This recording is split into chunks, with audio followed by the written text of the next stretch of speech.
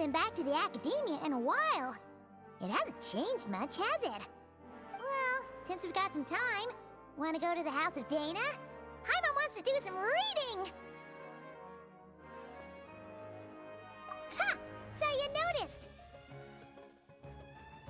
Well, you're too late. The Paimon you know and love is no more. You're looking at Paimon Plus, a new and improved treasure trove of travel know-how. Paimon Plus would like to find some new books to peruse. A gracious traveler like yourself wouldn't leave her companionless on her quest, right? Come on, this way!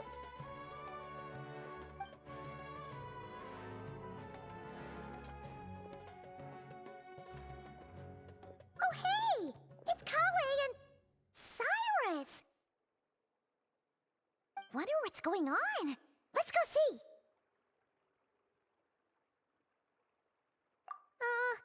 Well, you know what they say? Learning is a lifelong quest. Which means there's always another chance to read a book. But you never know when the next chance to reunite with an old friend will come along.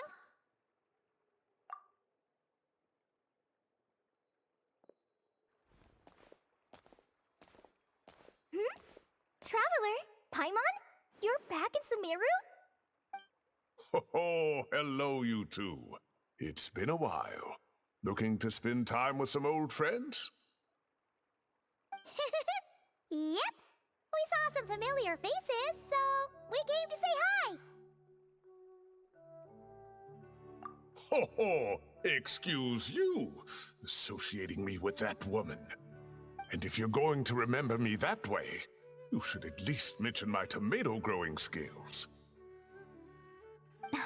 So he's mad about the Zaha D part and not the old man part? Well, Paimon's glad to see you in such good spirits, Cyrus. Must mean things are all good here in Sumeru. Ah, well, it's quite all right. I'm not the type to take offense at that kind of thing.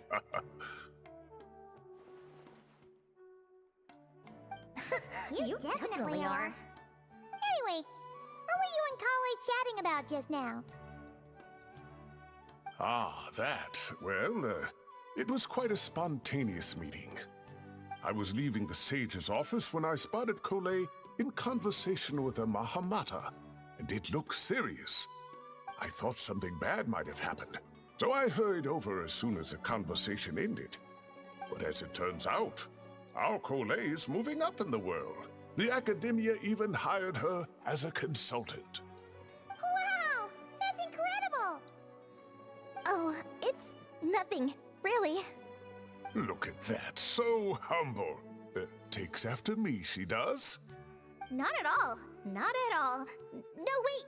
I didn't mean that to sound like I don't think you're humble, Mr. Cyrus, because of course you are. I just,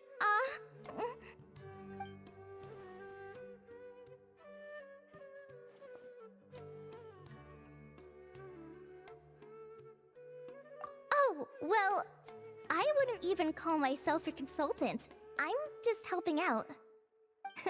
Now that the new semester has started, a lot of students and scholars are doing fieldwork for their research. But it can be dangerous for those who don't have a lot of experience in the wild. So, the academia is planning to establish an agency that provides guidance on outdoor survival and rescue for people who need it. Oh, Paimon gets it! So, you're here to explain rainforest survival as a representative of the forest rangers. Yeah, pretty much. Of course, when it comes to tips on deciphering mechanisms or defeating monsters, that's for people who are far more senior than me to handle. And speaking of which, since we're short on manpower, the person in charge at the academia said we're still accepting newcomers. If you're interested, you're welcome to join and share your insights. Ah, seizing the moment. Well done, Kole. Recruiting someone as capable as the Traveler is a great idea. Oh, and just between the four of us, the academia has set aside a generous amount of funding for this project.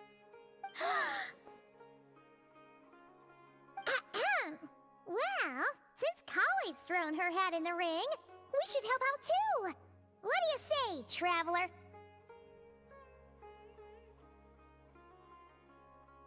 Great!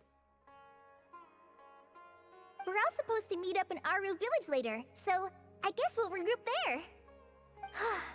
I was kinda worried, since Master Tainari isn't around to help this time, but now I feel much better!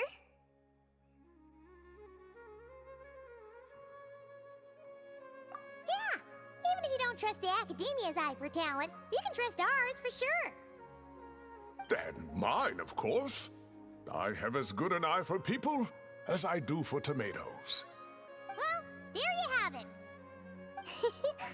Thanks, everyone.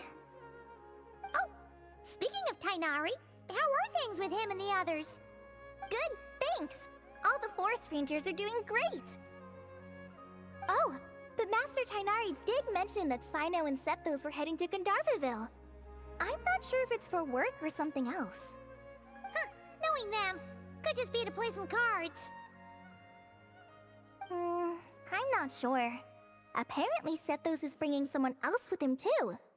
But with my academia commitment, I didn't have time to ask for more details. Huh, well now Paimon's curious. Should we go check things out, traveler?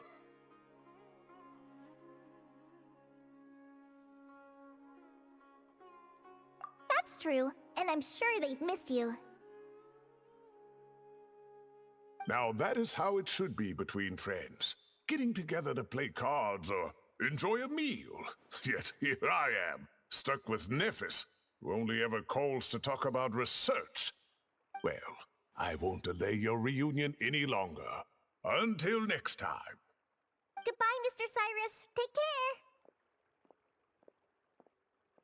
Alright, I should probably get going too. See you later, guys. Come find me in Aru Village when you're ready.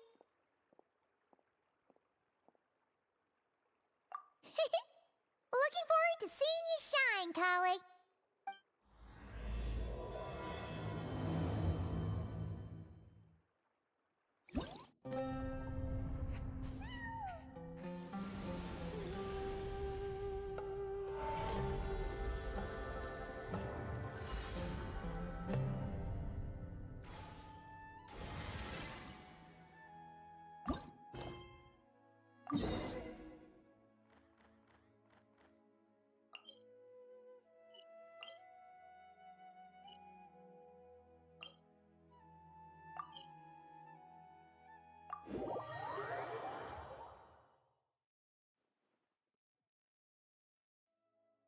Traveler, Paimon, over here! Welcome to the home base of the Fieldwise Center. As you can see, the core projects are already up and running, so we can get to work at any time. Huh. This feels like one of those places light novels talk about. You know, the adventuring hubs where rookies gather to take quests and stuff. Oh, and almost like a school festival at the same time, with everyone getting together to learn and then forming teams to hone their skills. It's so exciting! Well, this place isn't quite as decked out as a school festival, but Master Tainari said the Academia plans to be generous with the resources. Anyway, before students and researchers head out on dangerous field missions, they can come here for advice and emergency training. We even have professionals on staff that can join their teams to serve as guides or safety personnel. Yeah, you can think of it like a forward operating base, equal parts theoretical training and field practice. We'll familiarize new recruits with potential challenges in the wild and take them through drills so there's no reason to panic during the real thing. Amber, you're here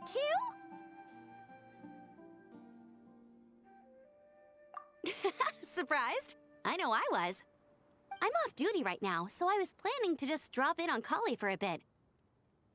But I didn't realize how busy she'd be. I'm not the type of person to sit around and watch, so I decided to be her assistant. Sorry, Amber. I didn't mean to put you to work during your time off. Don't worry about it. A little relaxation balanced out with some fulfilling work is a great vacation in my book. Plus, I've learned a whole bunch of stuff too. And I got to see the Traveler in Paimon again. I mean, it just keeps getting better. We should have a giant feast once we're done here. How does that sound? A feast with the first friend we met in Sumeru and the first friend we met on our whole journey. Oh, that sounds just about as awesome as a giant plate of sticky honey roast. All right, down to business then. Kale and I are in charge of the Scouting Speedsters project. The focus is using devices and machines to pass through hazardous areas, survey terrain, and get details on potential threats. Plus, a mortar research indicates that during dangerous situations, having the support of an adorable companion can help set adventurers' minds at ease and prevent excess nerves. So, we took inspiration from Cullen Anba and Baron Bunny to create 2 scouting devices that are both adorable and useful. Cullen Anbot and Bar Drone Bunny. So far, feedback has been pretty positive. Once we've collected enough data, the academia will continue to refine the scouting buddies and release even more designs. A bunch of Kulanambas and Baron Bunnies running around the wilderness? What is that gonna look like?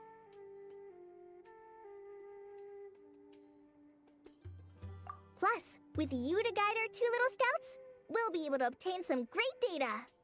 Once you have a more complete understanding of the Fieldwise Center, you should come test them out. Now come with me. I'll introduce you to the other consultants. Oh yeah, the lady with the greenish-blue hair also has a super adorable device over there. But it does something completely different than our scouting buddies. I'm looking forward to seeing it in action. Oh hey! Another familiar face! Come on, let's go say hi!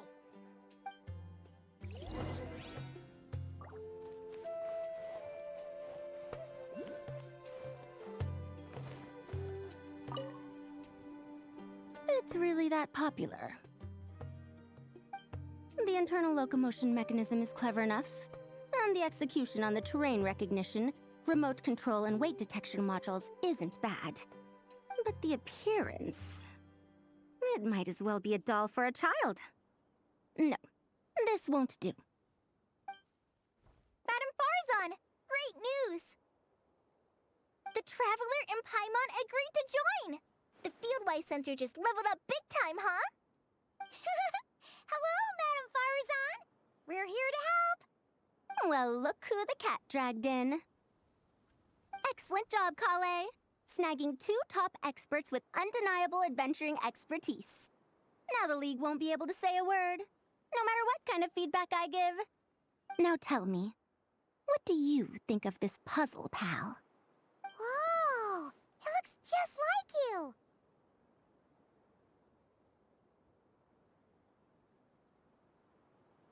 It's a collaboration between my juniors in the Haravatat Darshan, the Puzzlers League, and the Synopsium on Ruin Mechanisms. Clearly, the technological aspect is quite advanced. But the appearance...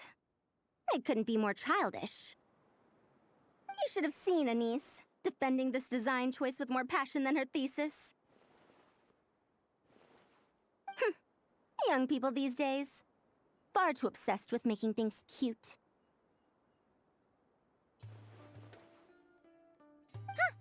Paimon kinda likes it. Kali and Amber were just saying how cute companions can help adventurers stay calm. With a doll that looks like you by her side, Paimon thinks she could go adventuring in a super dark ruin and not even get scared. Well, that line of thinking does have merit. And I suppose choosing this particular appearance is a sign of their respect. For me. Still, there are adventurers who place greater emphasis on reliability and technical composition. People like that don't just want their devices to be able to survive an avalanche, but to look the part. And for their appearance to reflect the high-tech composition. The fluffiness of this puzzle pal, on the other hand, doesn't give the impression it would be a reliable or formidable device. The appearance may even be distracting. Now picture this. A thick metal casing, square in shape, with a matte finish and openings to showcase the complex technical composition. That would have much more visual impact. I'm the perfect example of this. I have a youthful appearance, and so people question me on occasion. If I had a head of white hair instead, things would be different. Really? Then, do you want Paimon to talk to them? She has white hair. What? No! That's not the same thing. I didn't realize you had such strict views about this, Madame Farzan.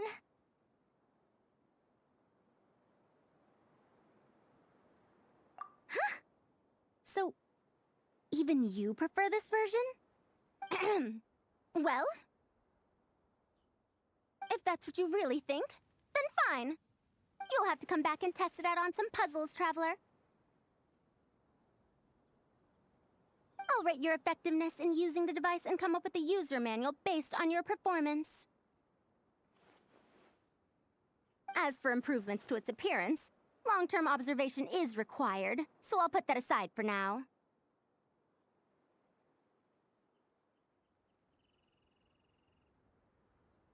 I've already selected a few of the most suitable domains, so we can begin the puzzle-solving process at any time. Thanks, Madame Farzan. I'm just gonna take the Traveler and Paimon to see the final project. But it shouldn't take long. Don't worry, Kale. You're the one in charge here. Just make sure to pace yourself. Once things calm down, come over to see me and we'll have a nice chat. I'll even treat you to some snacks from back in my day. Snacks! Paimon's in! Paimon's in! Thank you, Madame Farzan. I'll bring a few boxes of floral tea as well. Go on now. Do me proud.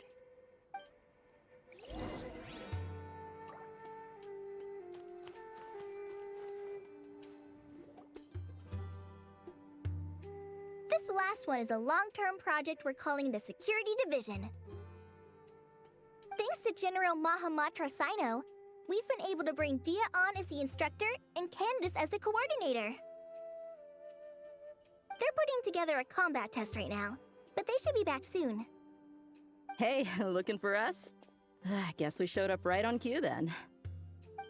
Wait, the Traveler and Paimon are joining as well? That makes things a whole lot easier. Sorry for keeping you waiting, everyone.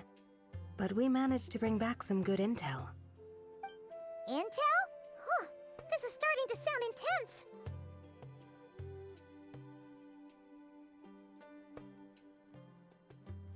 Of course. What better way to protect the students than to sweep through the desert and rid it of all potential dangers? Not a bad plan, right? You in? Not the best time for jokes, Dia.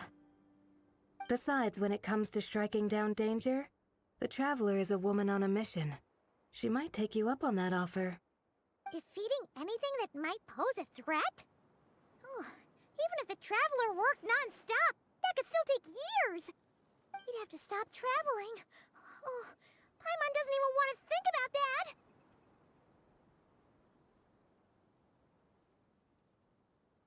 Time would be the least of our problems.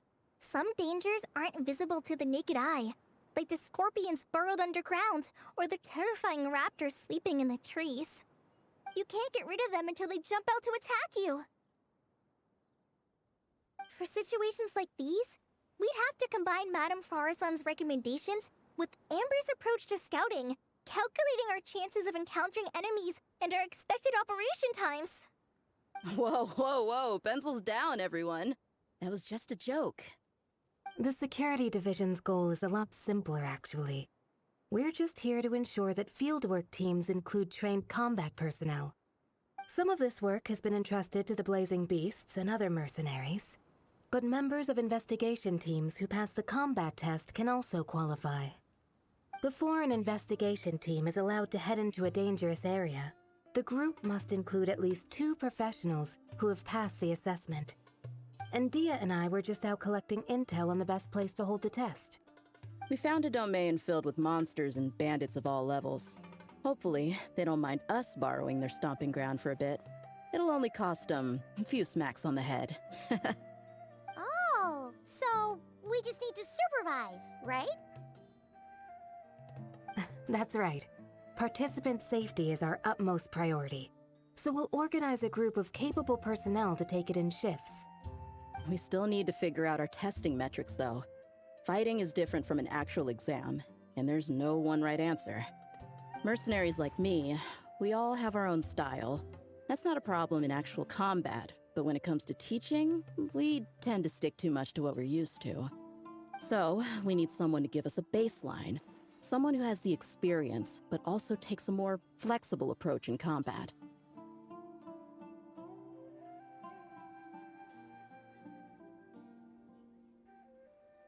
Yeah, based on what you just described, the Traveler seems like the perfect person for the job. Great. Working with you is always a pleasure, Traveler. Smooth as butter on a steak. Don't forget about compensation for the Traveler in Paimon, Dia. You agreed without doing the math first. Ah, it's fine. We'll just split the funds Kale wrangled for us, 20-80. 10 for me, 10 for you, 80 for the two of them. Wait, we're getting 80%?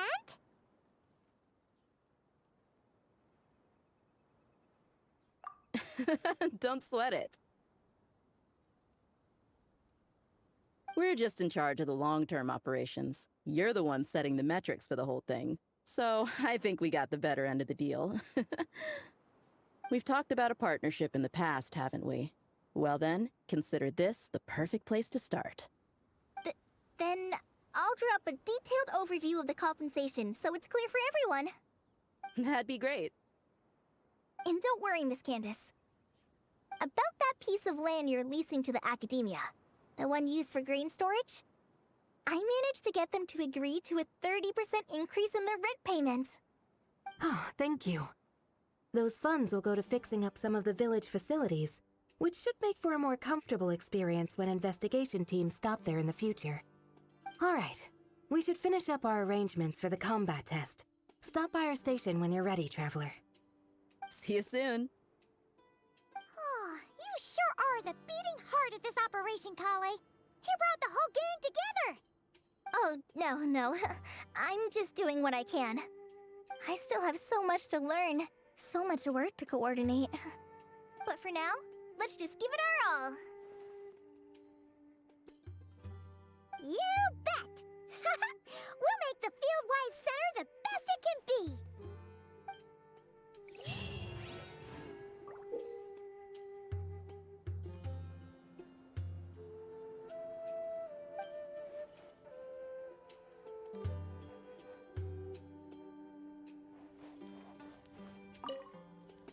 Hey there! Ready to go full speed ahead with Cullen Anbot and Bardrone Bunny? Our two scouting buddies are tuned up and ready for testing. Nice! Sure takes you back to the gliding test days, huh?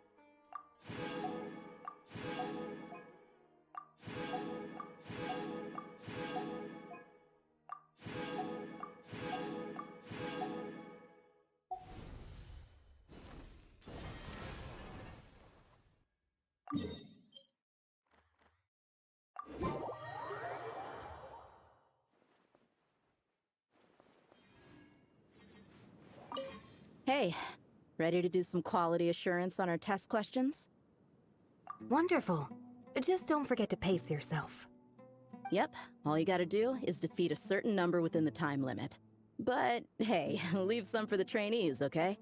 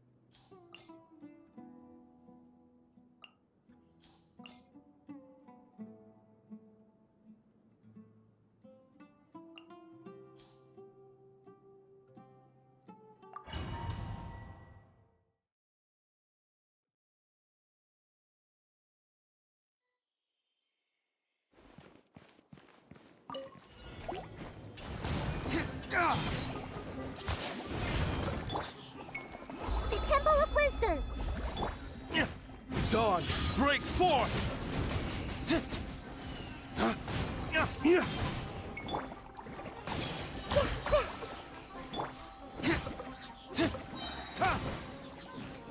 This may hurt a little.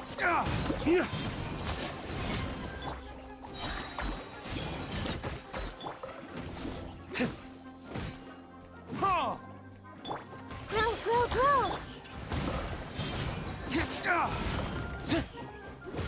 This may hurt a little. Flames, purge!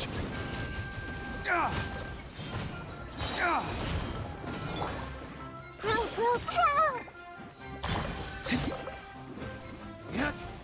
Final warning! Hands where I can see them! Oh!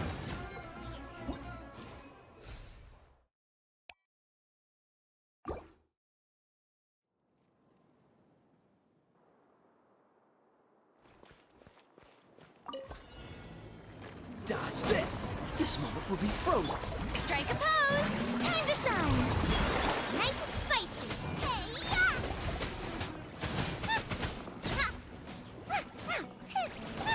Race you! Cool it!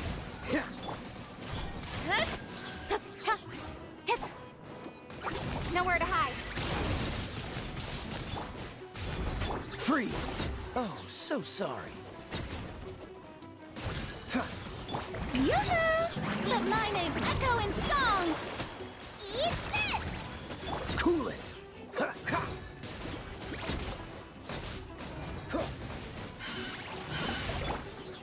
Hey! Freeze! Boba, get them!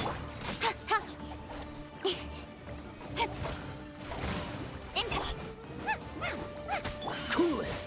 This moment will be frozen! Shower me with praise! Nice and spicy! Don't blink! Cut to the chase!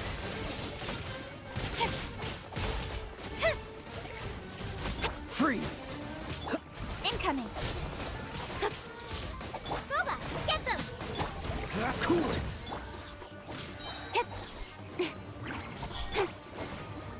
Oh, so sorry. Let the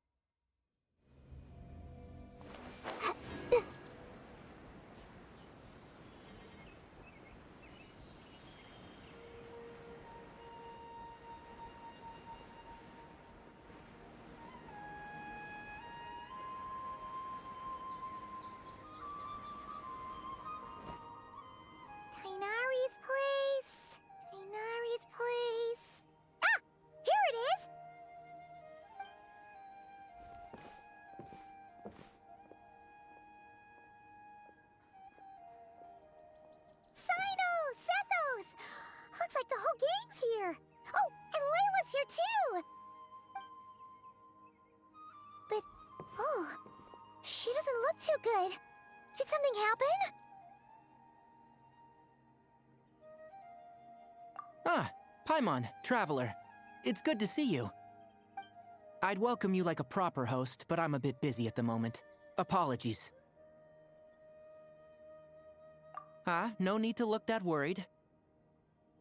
My observations indicate Miss Layla's condition has improved quite a bit. There's no danger to her mind. She's just fatigued and needs some rest. Excuse me for a moment while I blend some calming incense. I'll let you two explain the situation. All right.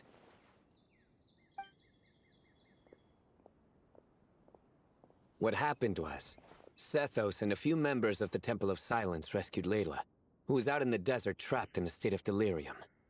She had to be rescued? Oh, that sounds bad. That's all you're gonna say about it, Sino? I mean, we don't want people jumping to conclusions.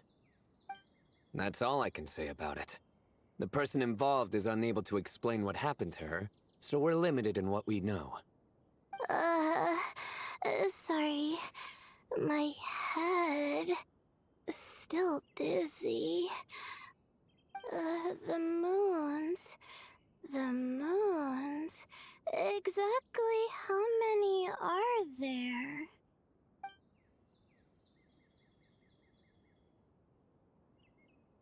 She's been repeating that phrase over and over again, but she can't seem to remember what happened to her. We tried a few things back at the Temple of Silence, but we couldn't recover her memories.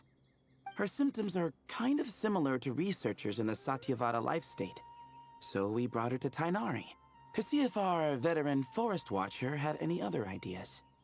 Tainari is pretty much our last option, so let's hope he can help. The good news is, even if restoring her memory is a no-go, we can help with the headache at least. Jur was in a similar state when we found him, delirious and mumbling to himself, but he's more or less back to normal now. Sorry, I should give you some context first, huh? We should let Miss Layla get some rest. Come with me, you two, and I'll introduce you to the other victim of this incident. Good idea. I'll wait for Tainari here and keep an eye on our patient. All right then, this way.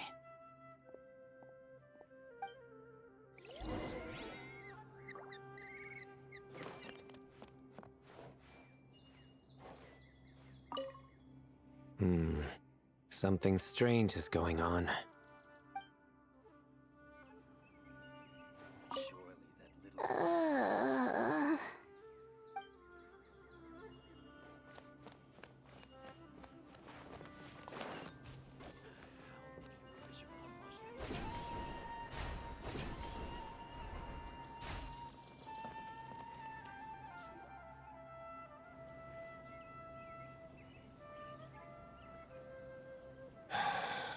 Who did the Ajalenok not offend?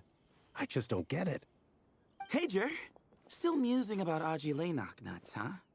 Want me to have Sino come over and tell some jokes? Might help distract you. No. No need. I'm done. Oh dear. Another master of puns. One of Sino's card buddies, actually. I think I might just take that as my cue to head back to the desert. Hold on. So, what's the deal with the Ashilenok nuts? Other than the bad Sino jokes. We'll get to that. But first, introductions are in order. This is Jur, a member of the Temple of Silence. And you remember the Traveler, right, Jur? Of course. I'd never forget a participant in the Rite of Duels or the hero who saved Sumeru. Awesome. Could you go over what happened to you one more time, Jur? Our valiant hero is gonna help us get to the bottom of this.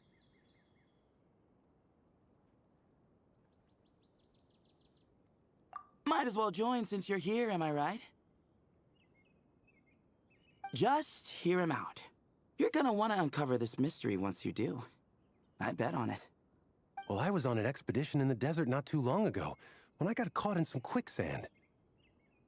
Later, it became obvious it wasn't normal quicksand because instead of sinking to my death, I fell into an undiscovered ruin.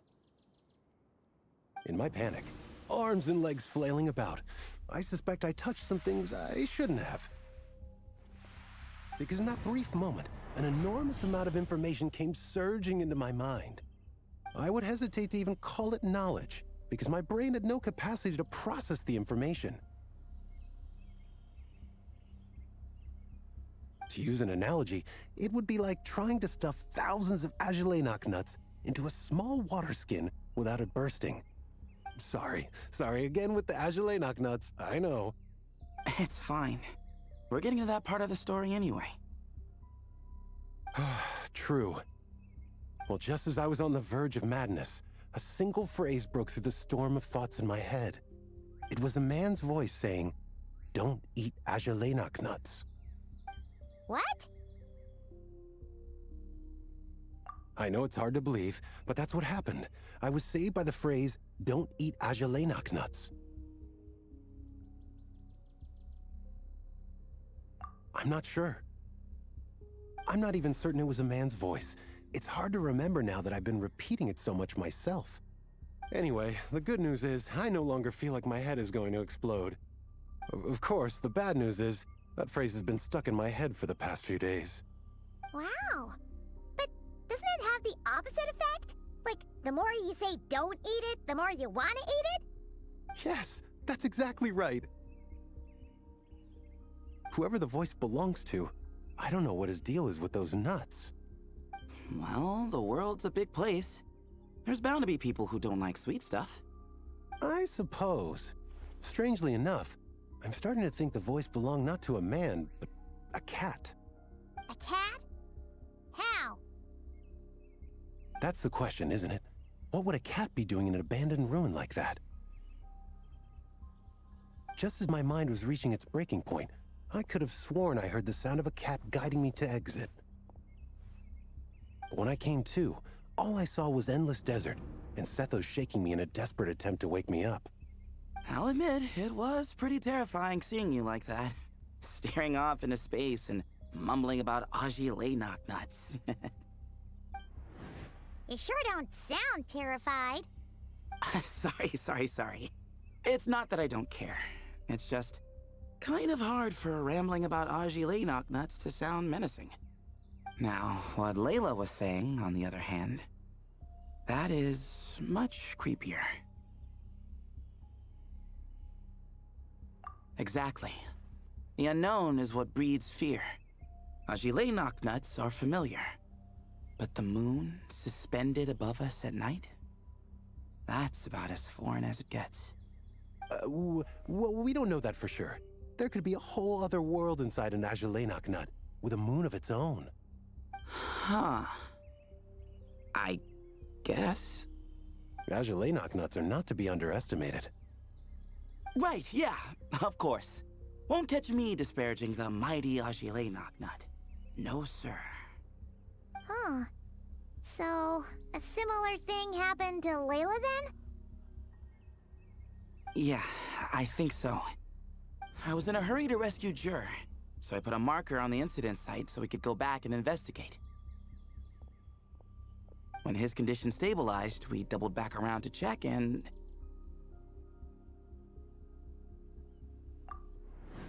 Exactly.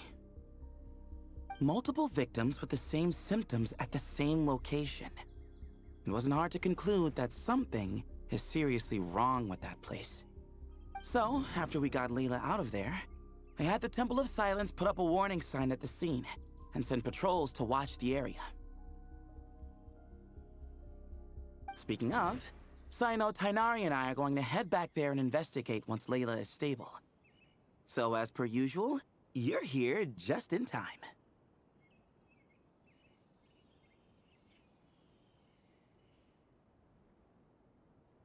That's for sure. But there's another reason I want Sino and Tainari involved in this. Because the story doesn't end there. Right, Jer? Oh, yes. Where was I? The Agelenok nuts butted in and I... Right. Yes. The cat. As I followed the cat noises, the voice said something else. So, there are those from Tula who still endure. I thought that was strange, of course, because, well, Was the voice referring to me? Records of my ancestry are rather sparse, so I'm not sure if my bloodline even traces back to that place. That's right. The Temple of Silence's place of origin. And the home of Tighnari's people. Plus, Hermanubis, who Sino and I both share a connection to, was one of the city's founders. As the temple's current leader, if something strange happens in the desert, it's my job to get to the bottom of it. But it turns out, a lot of people have a horse in this race, and I'm not leaving any of them out. See? Knew you'd join. But yeah, that's all we know about Jer's situation. Tighnari should be done on his end. Let's head back and check on Miss Layla.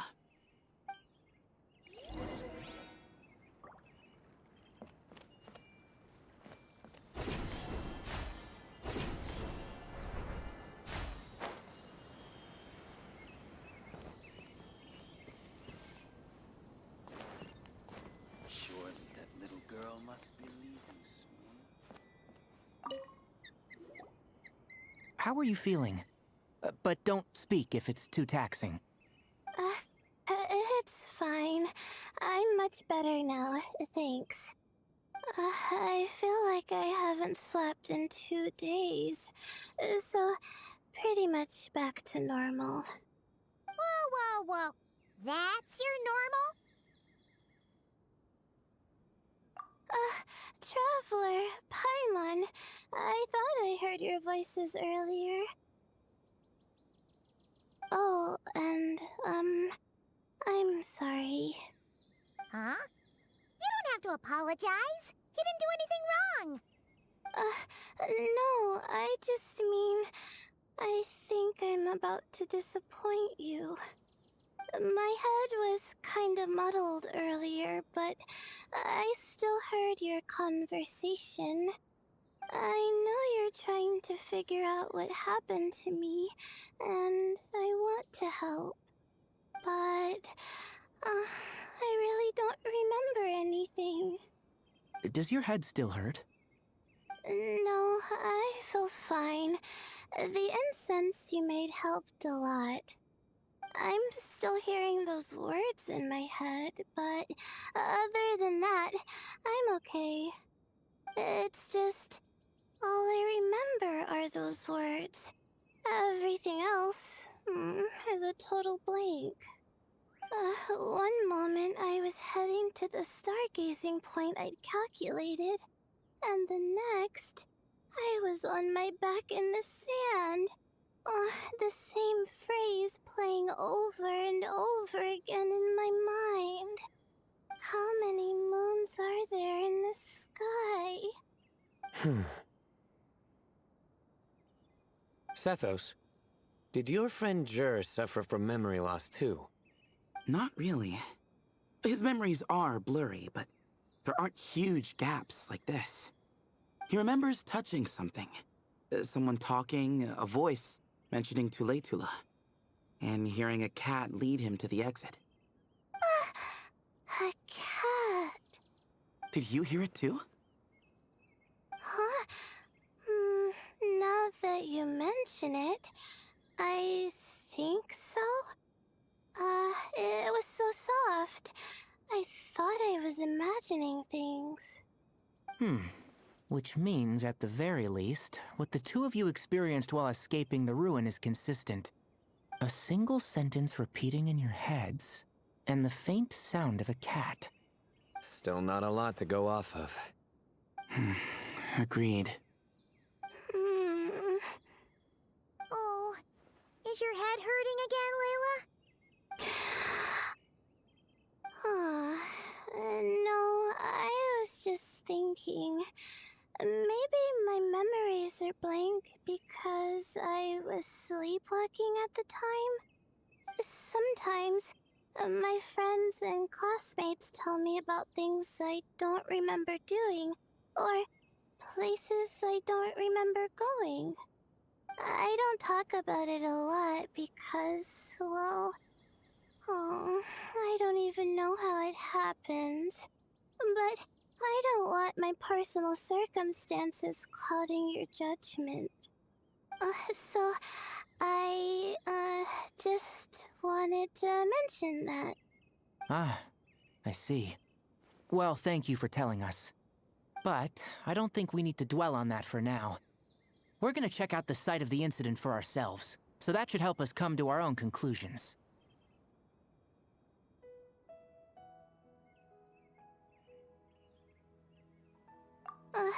Okay. Then could I come too? I have to know what happened to me back there. Sure, but on one condition. You need to be in tip-top shape before we head out. If your condition isn't stable enough before then, we'll have to figure out something else. Of course. No problem. Well, I'm more concerned about Tainari. You sure you'll be alright in the desert? You say that like I'll evaporate on first contact with sand or something. Call it curiosity. If this concerns my ancestors, I want to figure out what's going on. Anyway, as long as I take things slow when the sun's out, I should be fine with the right preparation. Besides, it's a good idea to have a doctor on hand in case of emergencies. So long as our doctor doesn't become the emergency. Well, if that happens, I suppose I'll just have to rely on the kindness of my entourage to haul me back home. Alright, well, that all sounds good to me. Let's meet in 2 days like we agreed. Jer and I are gonna head back to the Temple of Silence and do some research in the meantime. See you in a couple days. Sounds good.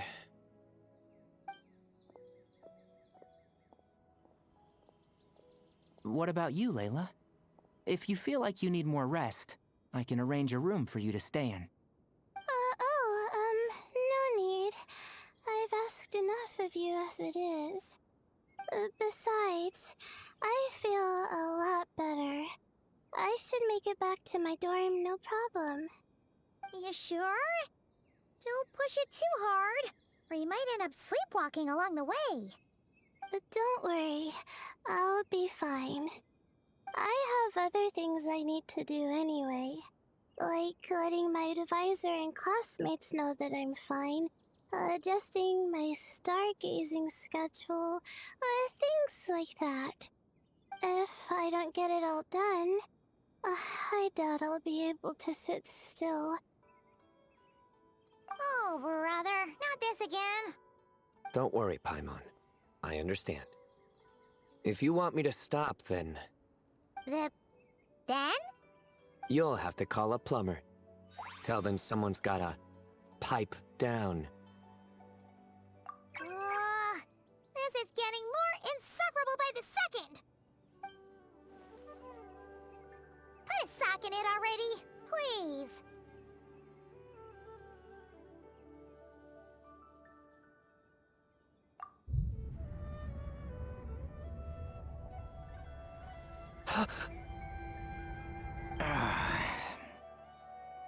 Paimon's done with this game.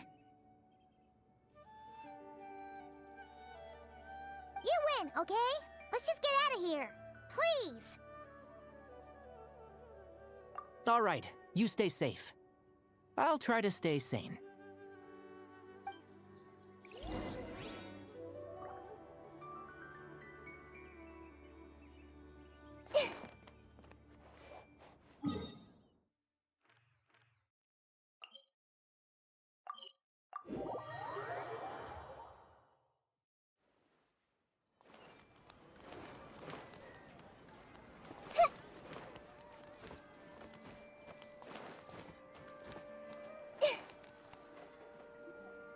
Moons. As you Azulinoc nuts. Moons. As you Azulinoc nuts. Are the moons going nuts? Oh no! Looks like Paimon's caught the brain bug too! She can't stop thinking about those two things! Oh, Paimon's gotta clear her head. But how? Aha! Got it! cafe over there! Why don't we head over for a quick pick-me-up?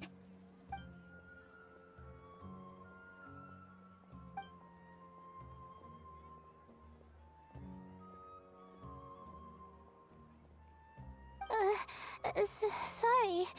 I feel kinda tired all of a sudden. Wait! Is it because of all Paimon's muttering just now? Oh, sorry.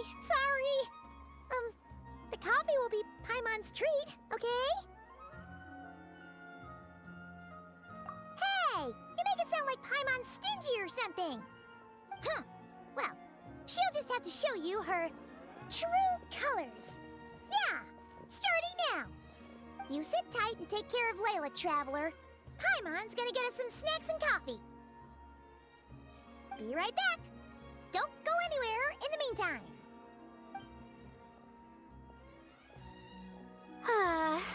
She's pushing herself again as always. Saw right through me, huh? I apologize for the sudden emergence, but I didn't have any other options. Well, that's true. So, for our sake and your safety, allow me to fill in the gaps in her memory.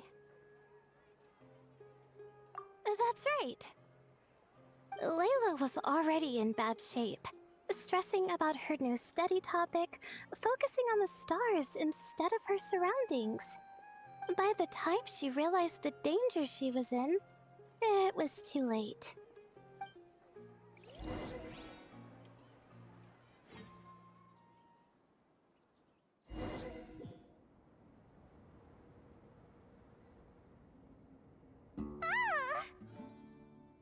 Quicksand near the ideal viewing spot?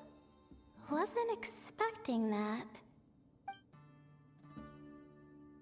Looks like Layla's been under a lot of pressure lately. She hasn't been paying attention to her surroundings. But why would quicksand lead to a place like this? Well, all in all, looks like a common desert ruin. Guess there's nothing to do but try to find a way out. Oh, Layla, what have you gotten yourself into this time?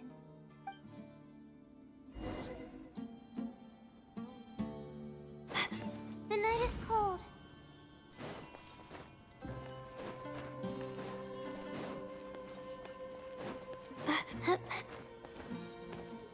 I think this door can be opened using the device next to it.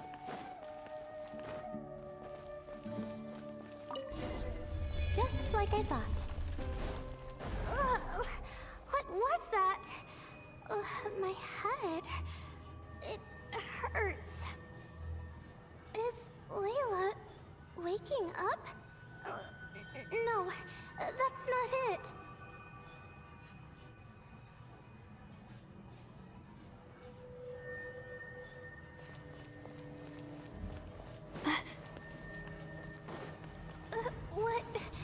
What's going on? It's too much. I don't understand. The ground is... Where am I? It's spinning.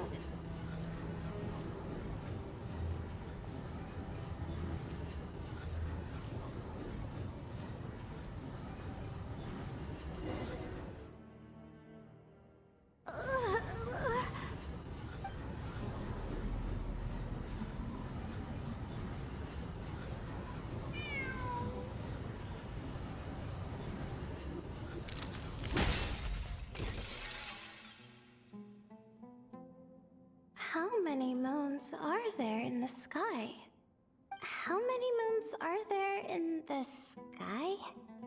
Okay, information isn't rushing into my brain anymore. That's good. How many moons are there in the sky?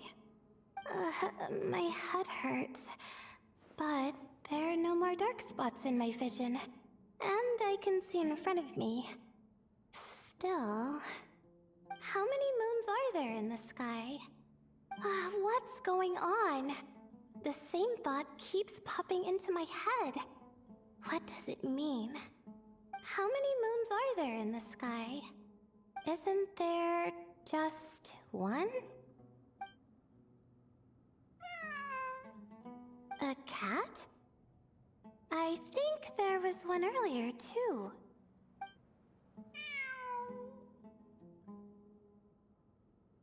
I'm not hearing things. It really is a cat. But what is it doing here? How many moons are there? No! Stop it!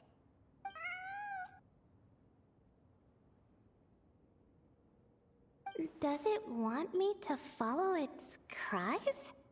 Well, it's not like I've got other options. Come on, Layla. You can do this.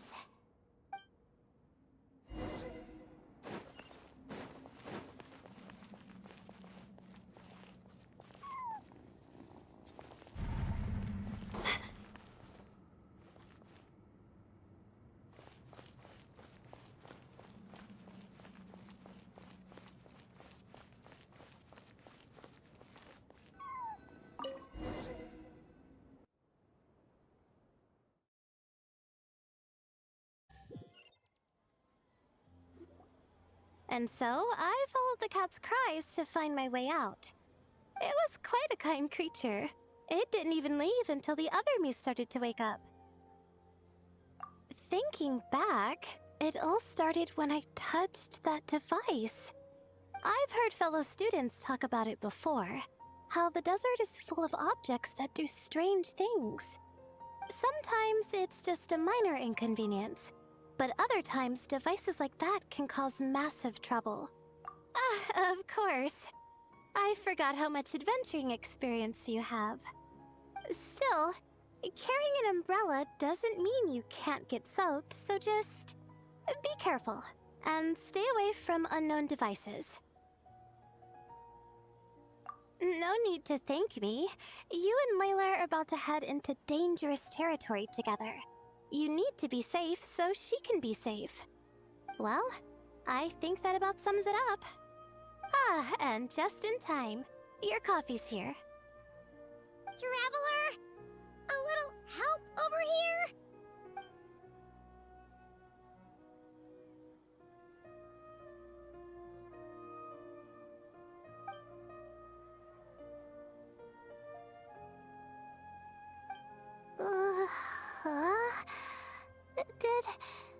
Did I fall asleep? Wow! Paimon didn't even know she had such an impressive skill. Ha! Does that mean since Paimon bought this coffee, it would just make you sleepier? A beverage that puts people to sleep. Better saved for work hours, I think. What? So you can nap on the job? Who does that? Huh? Oh.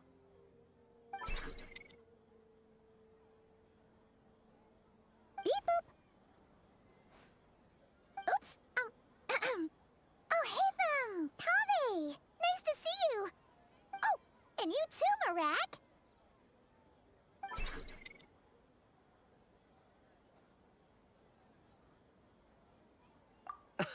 Sorry.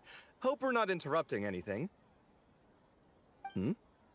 Miss Layla, you don't look so good. Is everything all right? Oh, I'm fine. I was sleeping just now, so I'm still a bit... Ah, I see. And we woke you, didn't we? I'm sorry. We shouldn't have been so loud. No, you didn't. I didn't mean it like that. Sorry.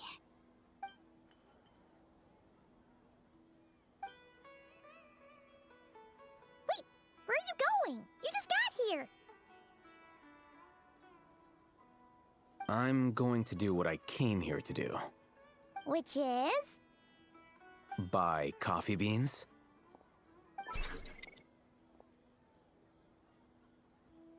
Huh? You're going too? Marak! Fine. Run off with him. See if I care. Well, Looks like I get you to myself.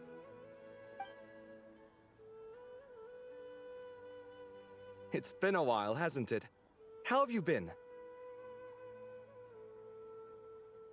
So, a busy life of adventuring for you, and a busy life of academics for Miss Layla, is that right? Oh, is something wrong?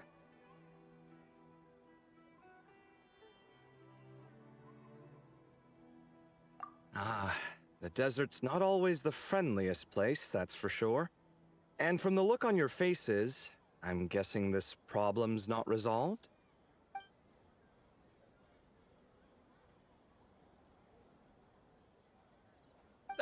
Don't force yourself to talk about it, of course. But I've worked on several projects in the desert before, so if there's anything I can do to help, just say the word. No, I don't have anything to hide.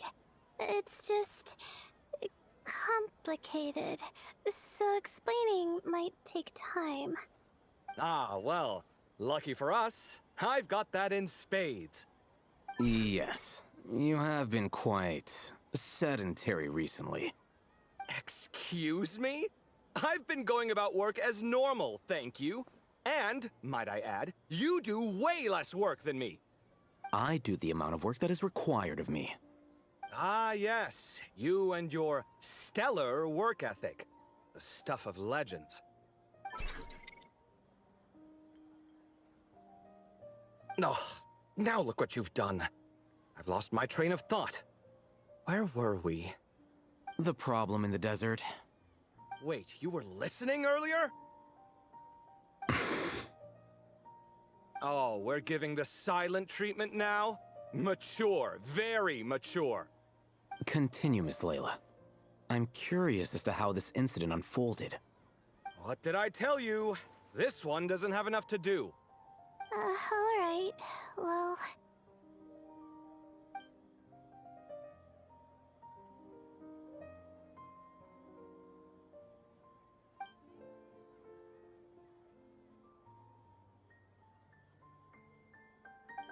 Could you still use some extra hands on this investigation team of yours? Huh? You want to join, Mr. Cave? That's right. I think my experience studying desert mausoleums could be of some use here. While Hatham's expertise in ancient languages could be helpful too. Besides, I consider you all to be my friends, and friends are supposed to help each other out. Wait, I'm involved in this now? Oh, please, I know you. Half the battle was over the minute you said you were curious. We couldn't stop you from joining if we tried. Well, you've got me there. Besides...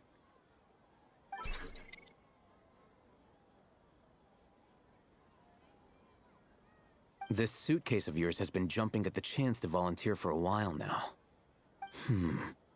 I imagine... You imagine?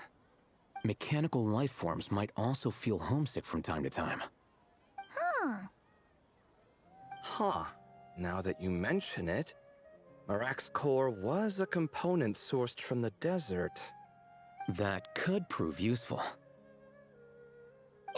You're sure you want to come with us? It could be dangerous.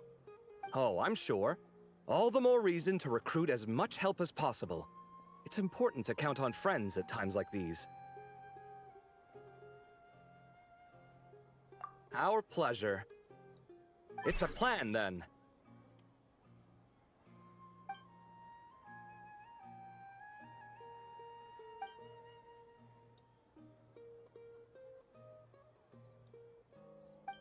All right, we'll head back to our place to get ready. This one hasn't been on a trip in a while. Chances are, he doesn't even remember how to pack a suitcase. I'm not worried. It'll get done. Somehow. Would it kill you to help every once in a while? I do help. It's called moral support. Oh, of course. And I am ever so grateful. Goodbye, you three. We'll see you soon!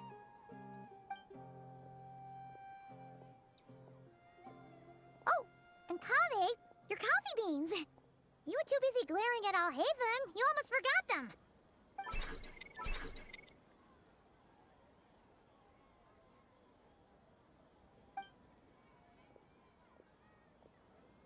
Well, we're pretty close to the academia now. I should be fine from here.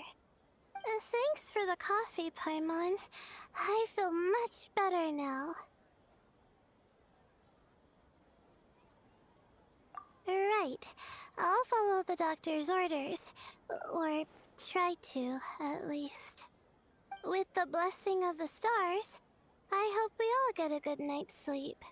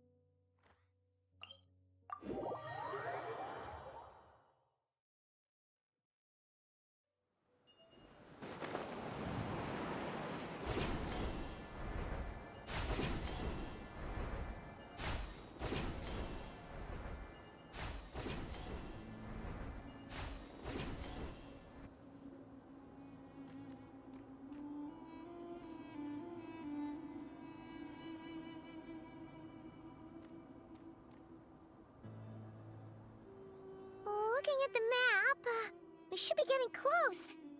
Speaking of which, the closer we get, the more Paimon's heart feels like it's beating out of her chest. Excitement. Yeah, sure, that's it. Oh look, it's Tainari and the others. Everyone's here bright and early. Yeah, the desert's a pretty harsh environment. Better to travel at night and beat the heat. Hey everyone, we're here! Ah, right on time.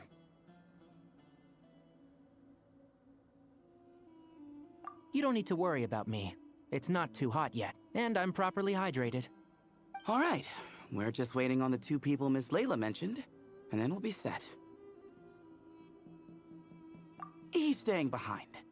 If we don't make it back after a certain time, he'll be in charge of rescue operations.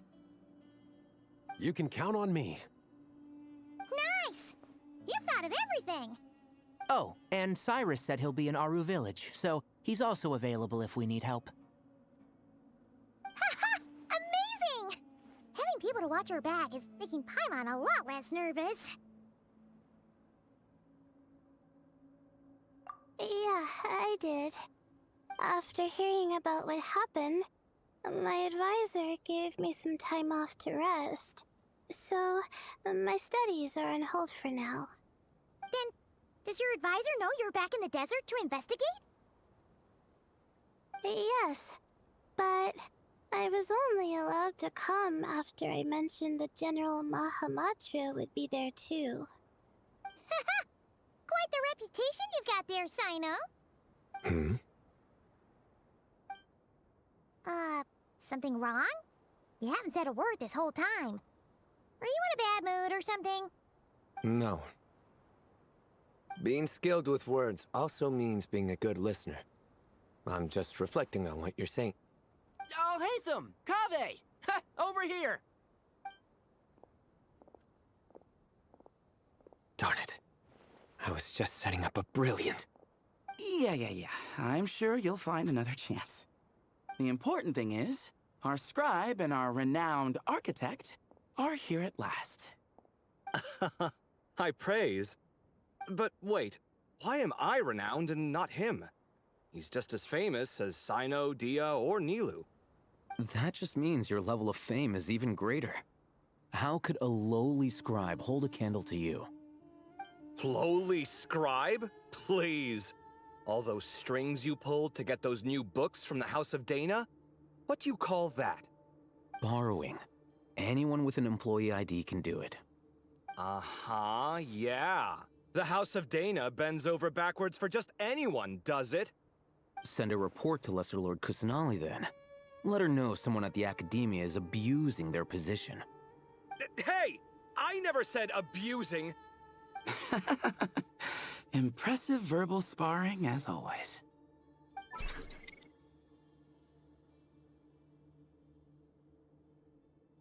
Oh, hello to you too, Marak. Well, looks like your assistant is raring to go, Kaveh.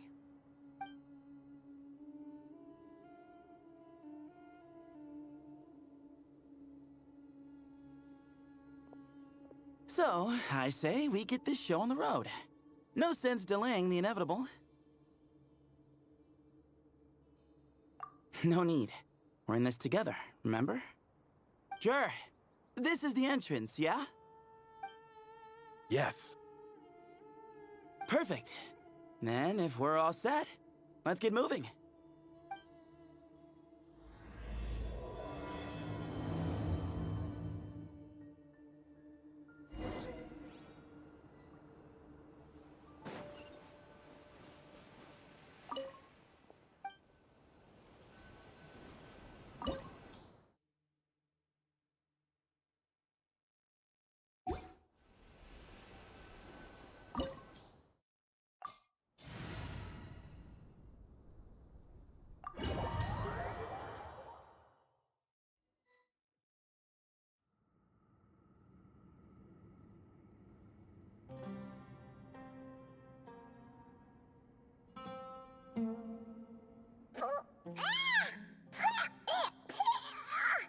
Paimon's mouth is full of sand! Ugh.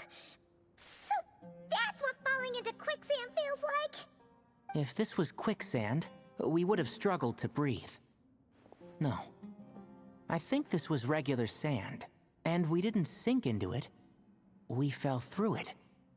Into this place. Agreed. In other words, sounds like a you problem, Paimon. Ha ha, very funny. No, wait, Paimon's the only one. Ha! See? What? I'm the only one with sand in my shoes? Yeah, right.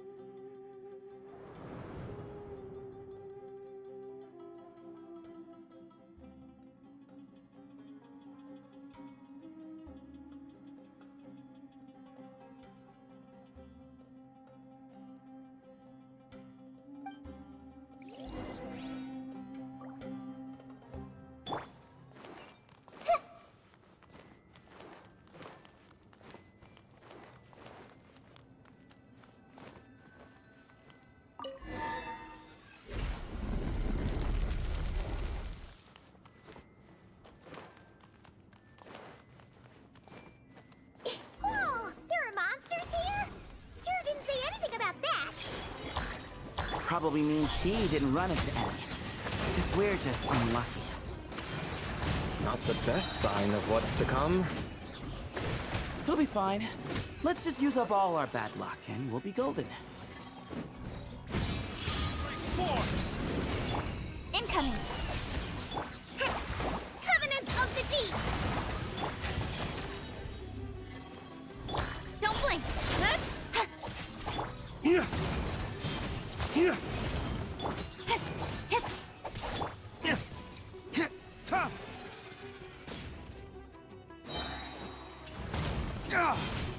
Incoming. With sword comes shadow. Got lucky that time.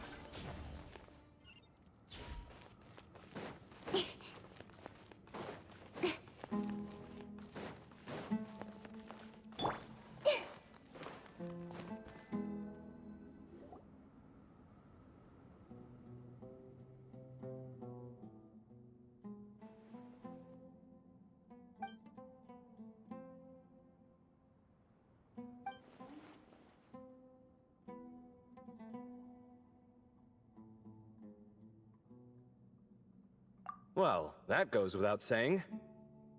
Fair point. There's just one problem, though.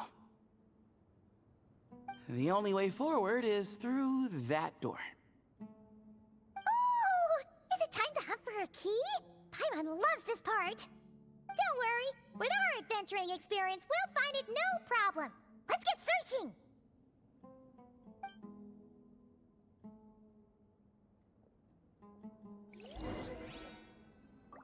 Marak, wait!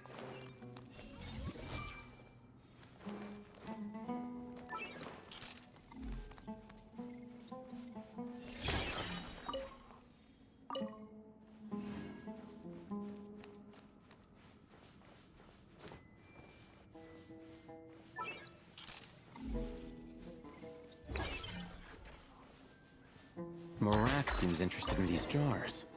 Go smash them.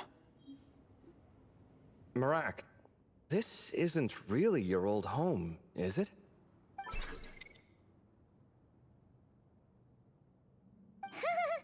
No idea what that means, but Marak does sound pretty happy. So, mechanical life forms do have the capacity to miss home. A novel discovery. Well, with Marak leading the way, we should be safe, right?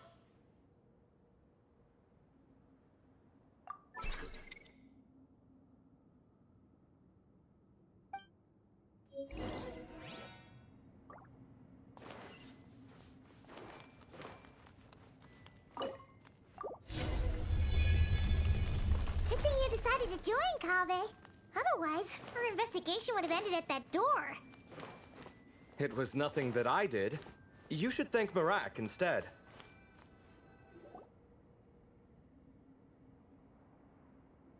Hold on. At this rate, Paimon's gonna lose her title as best guide to a mechanical suitcase.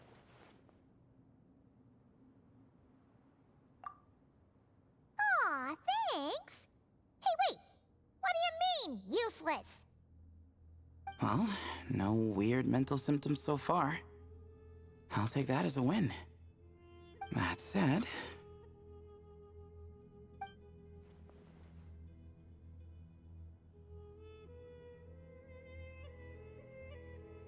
There are 3 doors here. So, we split up. Divide and conquer. Otherwise, this whole thing is in ruins. No pun intended on that last part. I swear. Yeah, that might be our best option. Good idea. And the minute things go south, we go back the way we came.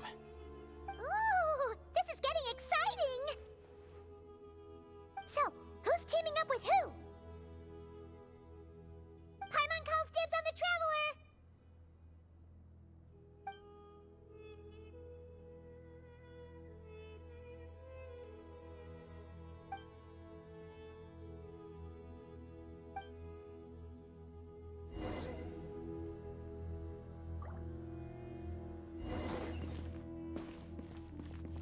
Well, this takes me back. The last time we were in the desert together, the 2 of you came all the way out here to gang up on me. Oh? Sounds like someone's holding a grudge. Just what I like to hear. If you're still hung up on that last one, just name the time and place. And whoop. This chamber is huge. I can't even imagine what it's used for. Oh. What's wrong? I seem to have stepped on some kind of stone slab. Huh. There's a pattern on this, but it's hard to make out with all the dust. Huh? Look! The shape seems to match the markings on the ground over there. Let's slot it in and see.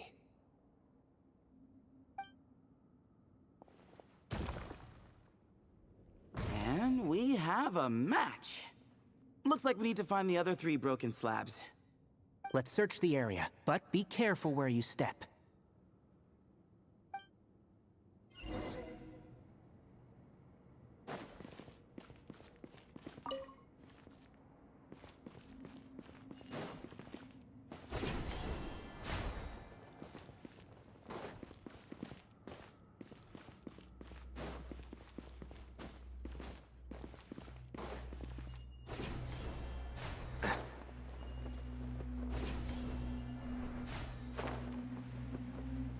Ooh, got one.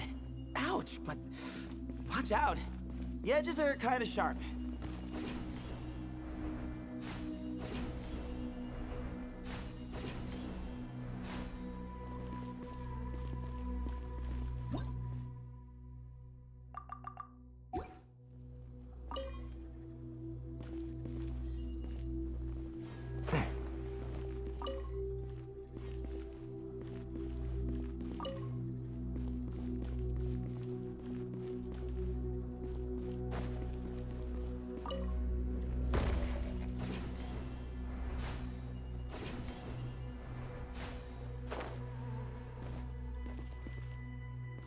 Got the third piece.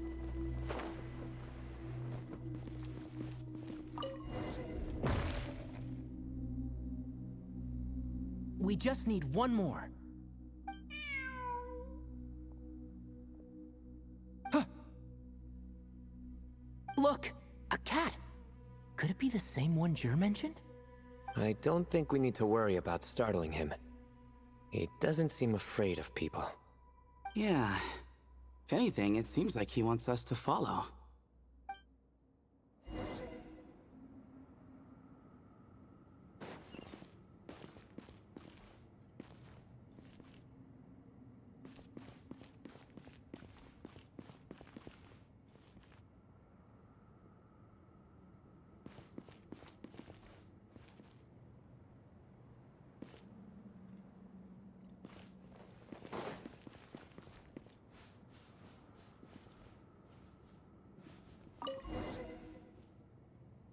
Oh, he led us to the last piece. Who's a good kitty?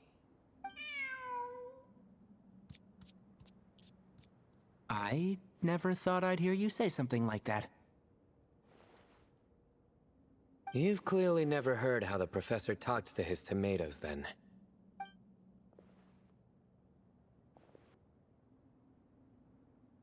All right, well, that's that. Now, we need to figure out how to get rid of all this dust. Behold, the great Vayu Viastra. Be honest. You've been waiting to say that for how long now? Just activate the mechanism.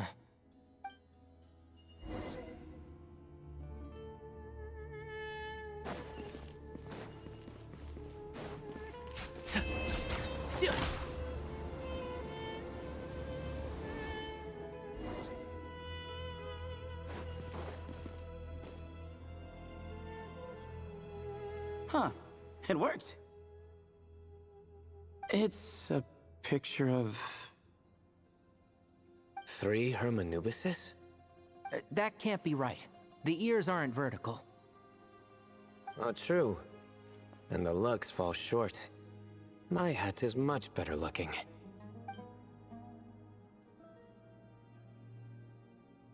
A goat, an ibis, and a crocodile. Oh, wow. Our botanist knows more than just plants. Riveting observation. I was just thinking. These 3 figures look a lot like the 7 pillars of King Deshret. That's right. These are our colleagues. Our what now? You sure about that? Just kidding. But what I meant by that is, these were Hermanubis' colleagues back then. The middle one is the Goat King Hereshef, Minister of Ministers, the god Amun's most trusted chancellor. Records say he was the deputy king of the Desert Sands, chief among the 7 pillars. Someone even more impressive than Hermanubis? I wonder if that ever got his goat. Sorry, couldn't resist.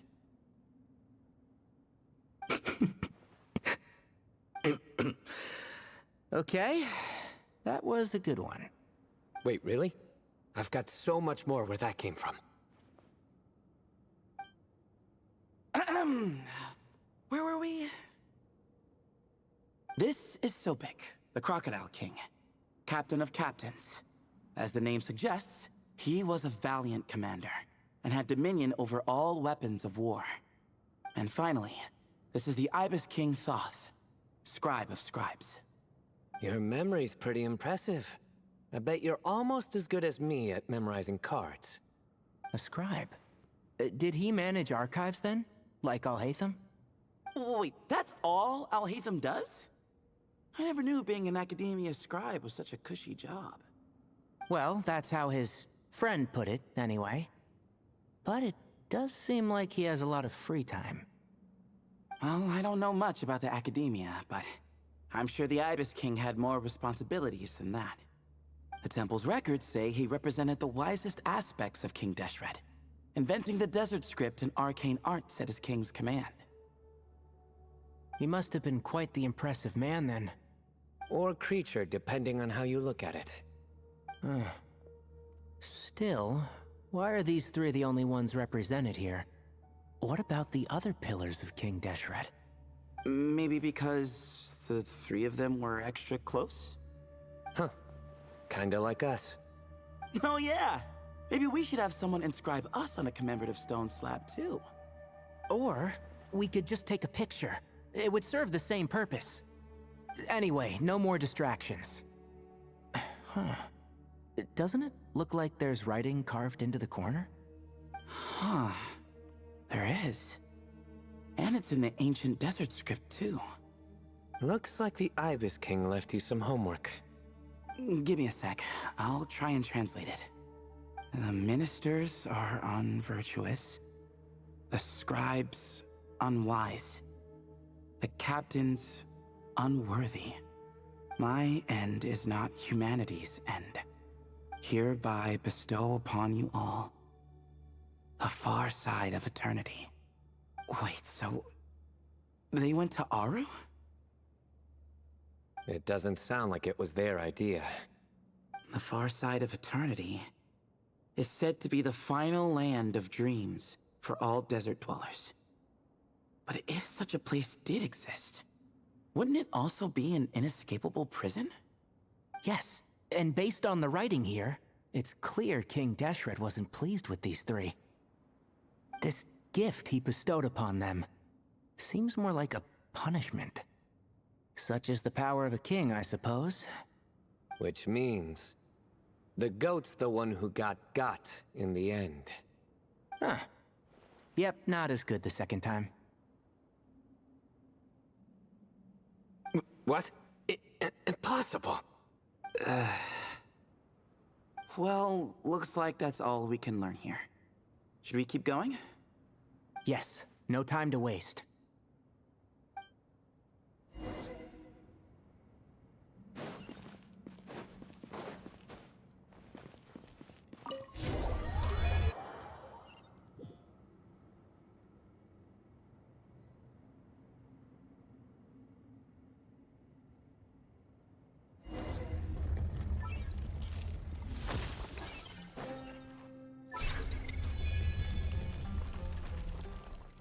Jeez, who knew a suitcase could be so fast?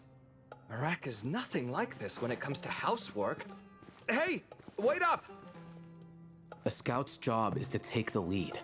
Just let Marak figure it out. Easy for you to say. I'll be the one doing the repairs if something happens. Why don't you go scout ahead then?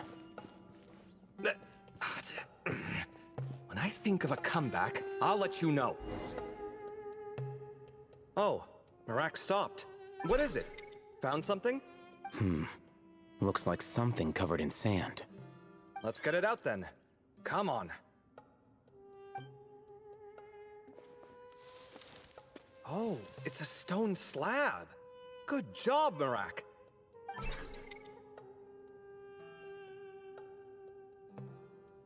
Let's take a look. Huh. Looks like this part of the picture goes over there?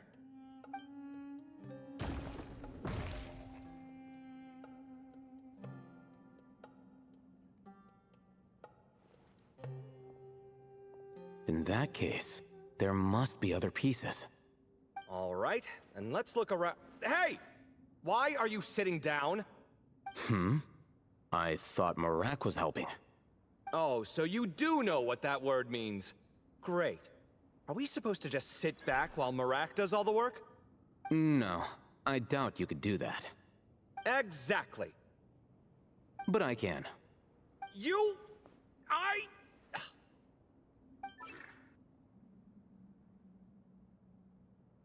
See?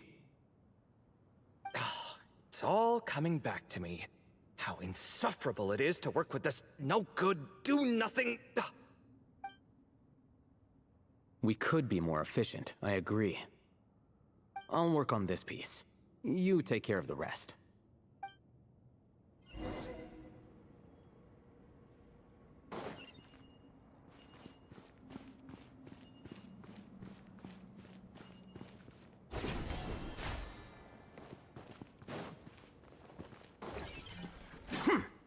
Found one! Scatter!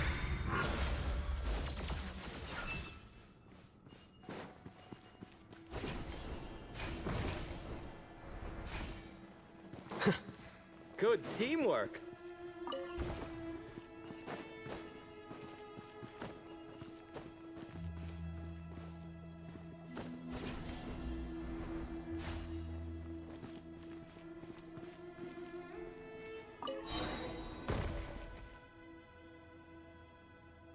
Looks like we found them all. The pieces fit together like a glove. But we can't see what's on them. Turn around. Huh? Look. Oh, I've seen this before. It can create strong winds. Just what we need to clean off the slab. Come on, let's... Hey! Don't worry about me. If I sit here, I won't be in the way. Oh, you don't want to be in the way? Then sit right in front, so the device can blow you straight back to Sumeru City.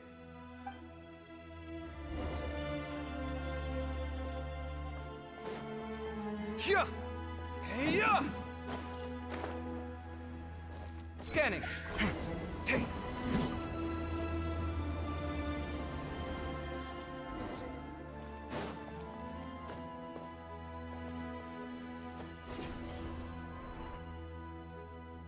Done. Huh. That's one big cat. And there's a shattered crown. I think it's depicting some kind of story. Look, there's writing too. The Ibis King answered the young noble, granting him the wisdom he sought. But the fragile crown was shattered by lies in the end. Here I leave the name, Gudar's. Gudar's? I've seen that name in a history book before.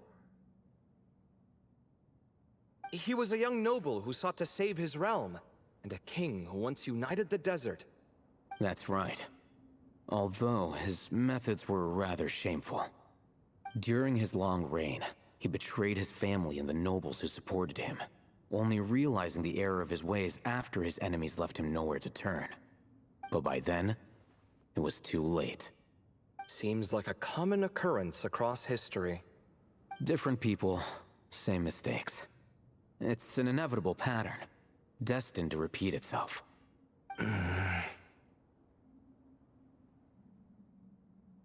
The writing mentions the Ibis King, but a cat is depicted here.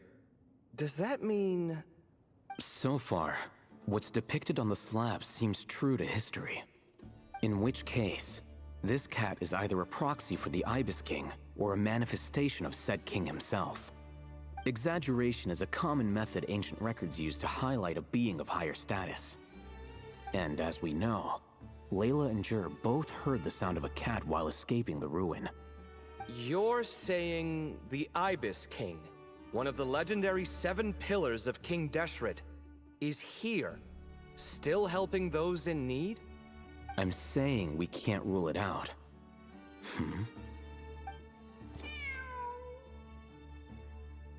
Wait, there it is!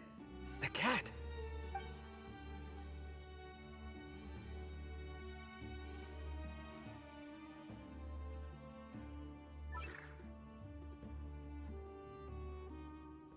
Ah! Marak went after him! the cat showing us the way forward. Come, let's follow. Okay.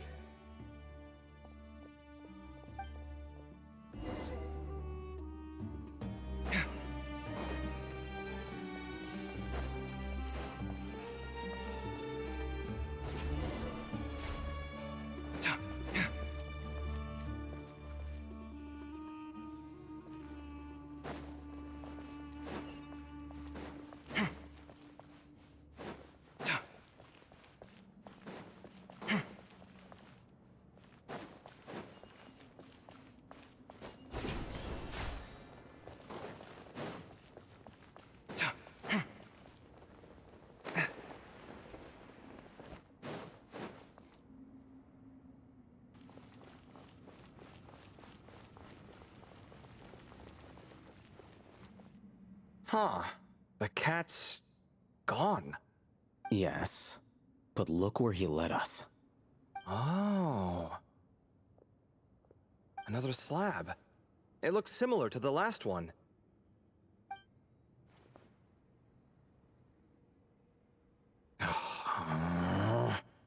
Oh, by all means, take your sweet time. Wouldn't want you to overexert yourself.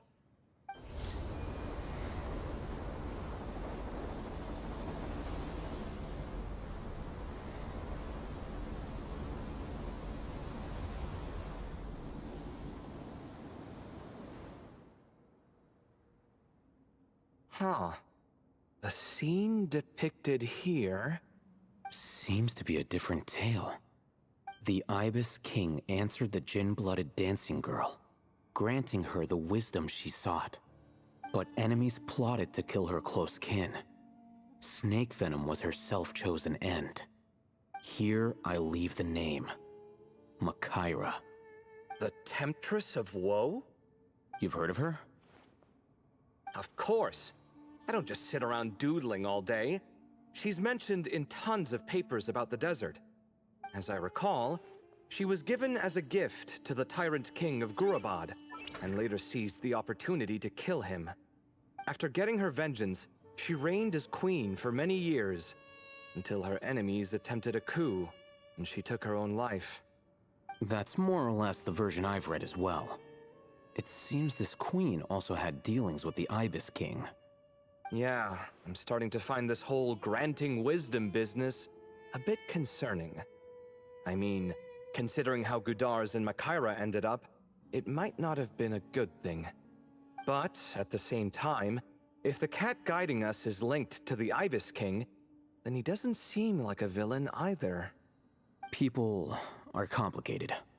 And the same is true of the servants of the gods, no matter their wisdom or power. Let's reserve judgment for now, and keep moving.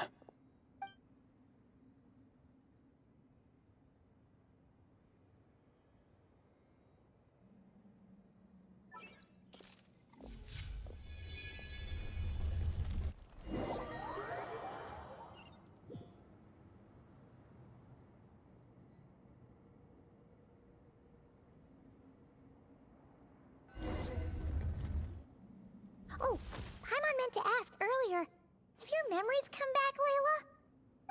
No, sorry.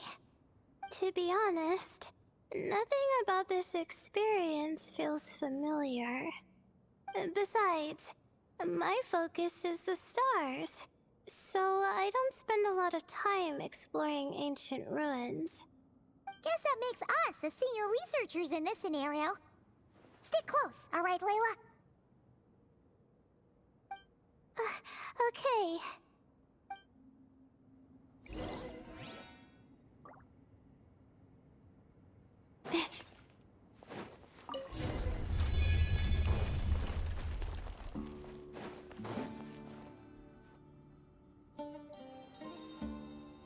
Wow. What a tall ceiling. Yeah. For such a big place, it's so... empty. Like no one ever lived here. Sure must have been boring to live in ancient times, staring at ceilings all day. Now that you mention it, I've heard some people used to draw star maps on their vaulted ceilings. Some might even make them transparent to better observe the movement of the stars. It sounds so nice. Stargazing from the comfort of your own home. Wait a second. I think I see something up there. Huh? How is Paimon supposed to do that? Oh, right. Flying. Duh.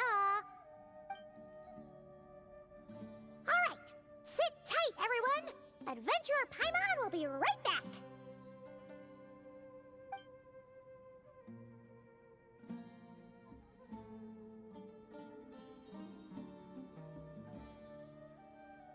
Okay, so, there's nothing super special up there.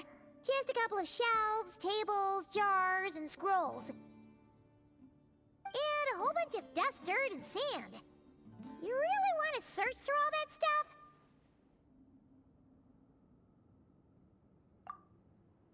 Well, when you put it that way...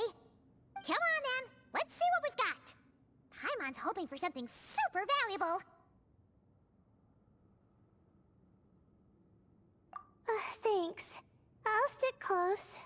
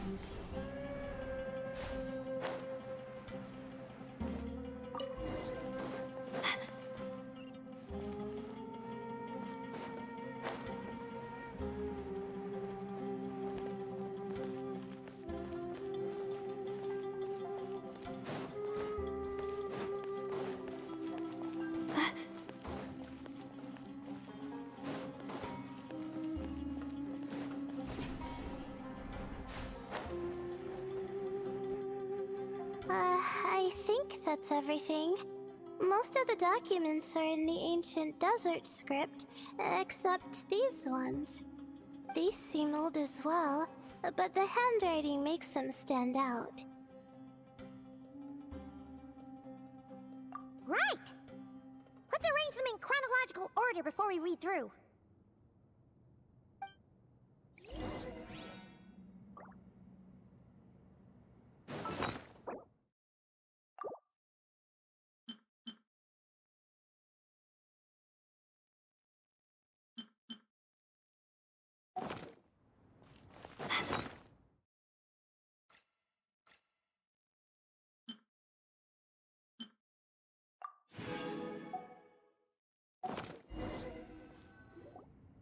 Okay, now let's take a look.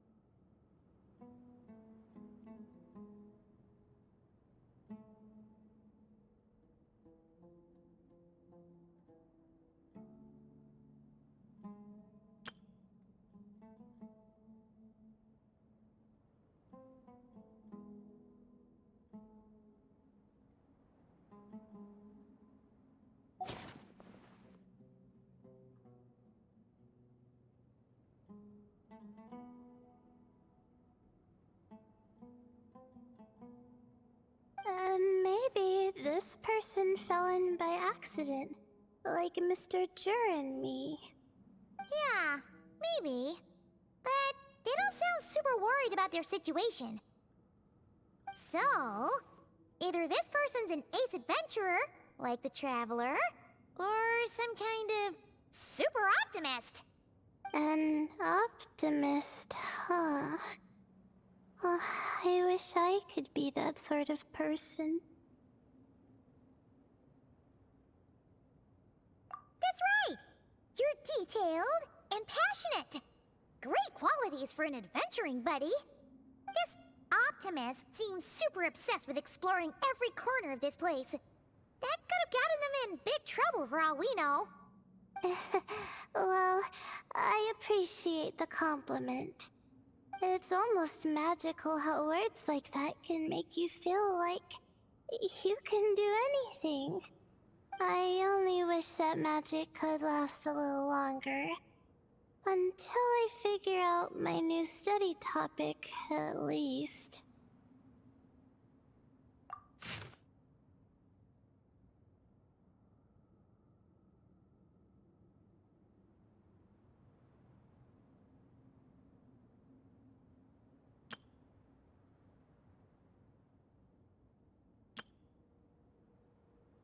Oh, looks like you were spot on, Paimon. See? Told ya! That's what happens when you don't think things through. And all this talk about seniors and juniors, he was a student just like you, Layla. Whew, he sure talks a big talk for a student, though. You'd think he was some kind of old scholar instead. Huh. What is it? Did Paimon say something wrong? No, not at all. I was just thinking, and this might sound rude, but the way this person speaks is just so... you notice too.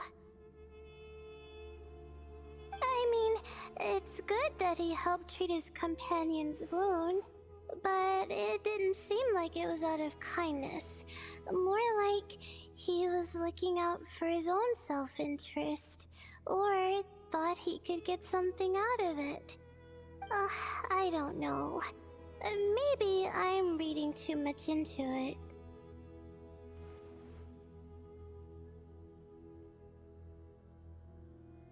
Yeah. If you're both in this dangerous situation together, wouldn't you mention them at least once? If it were Paimon, she would write down the name of every single person she was with. No one would be able to get away. Actually, I find Paimon's approach quite sensible. It makes sense from a safety perspective, too. That way, if anyone came to the rescue, the notes would be able to tell them everything they needed to know. Whoa! That's genius-level thinking! Well, I learned that from Madame Farazan, actually. I'm not speaking from personal experience or anything. Oh, no! I'm just a student. It's fine! You taught us something, so you're our teacher. Simple as that. Anyway, from the looks of things, the student who left these notes behind was pretty weird. Let's keep reading.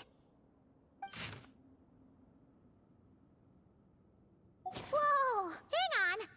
That's a lot of information. Paimon needs a moment to take this in. The Ibis King. So... did this person actually meet the Ibis King here? Sorry. Who?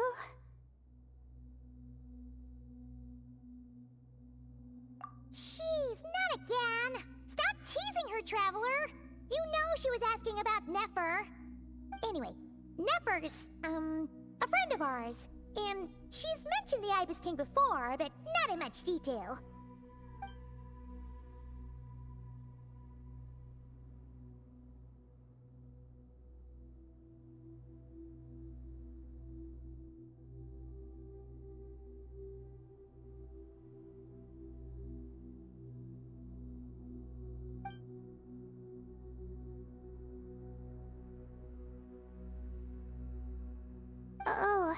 I see.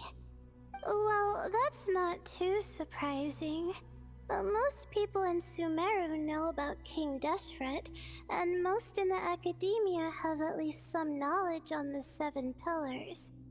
Legend has it, King Deshret ruled the desert at the head of several wise retainers, guiding their people to pursue the limits of wisdom. He also left behind treasures for future generations, which continue to be relevant in nearly every research discipline. Now, this message indicates this student and his senior were rescued by the Ibis King. But to think it's possible to meet him in a place like this... We don't know when these notes were written, but didn't the Seven Pillars disappear a long time ago?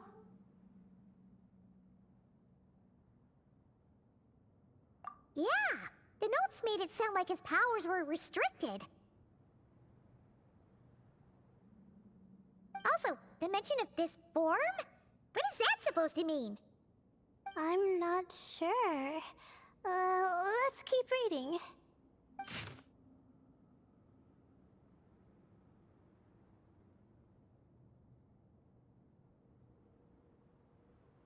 Oh, this is the last page. There's even a signature at the end. Well, sounds like they made it out. Guess it was a happy ending after all. Wait, but it says, the Ibis King cannot be trusted. Huh. Our friend said something similar. That the Ibis King was a liar. And the notes did make it seem like something wasn't quite right with him. Maybe he wasn't one of the Seven Pillars at all, but some kind of con artist.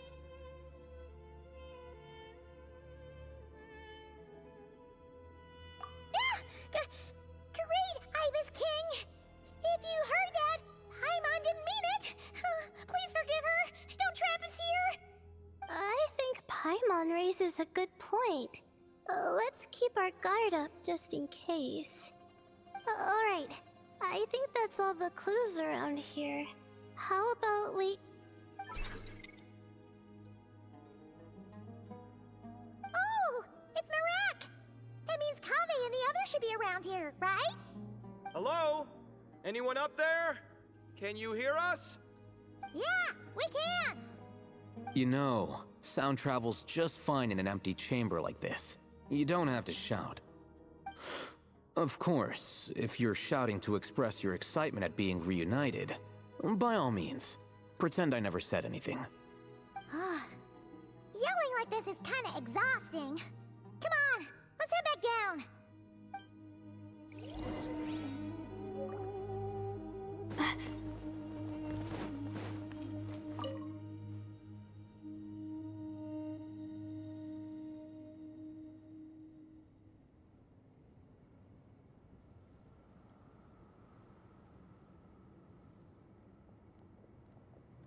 Wow, we all ended up in the same place, huh?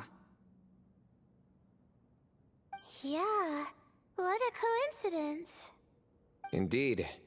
Or as I like to call it, the chai factor.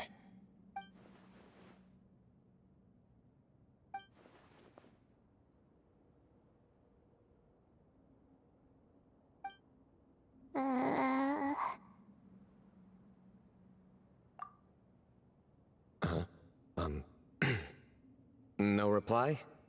Just say it. All right. Because it's spice to sweet brew again.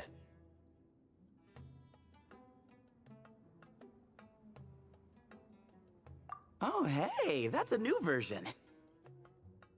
Oh, wait, what? You've never heard that one?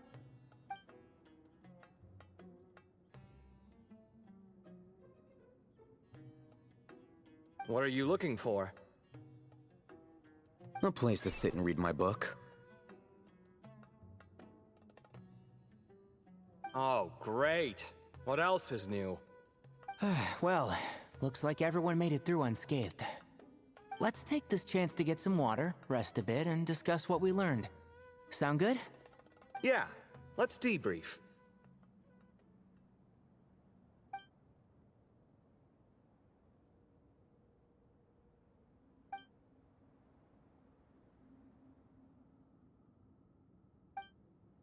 Okay, so we all learned a lot, but it feels like we ended up with even more questions.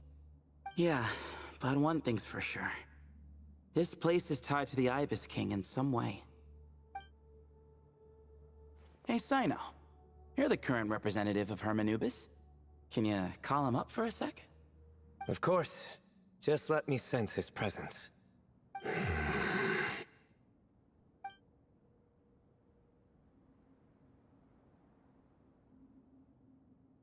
Just kidding. I can't sense him at all.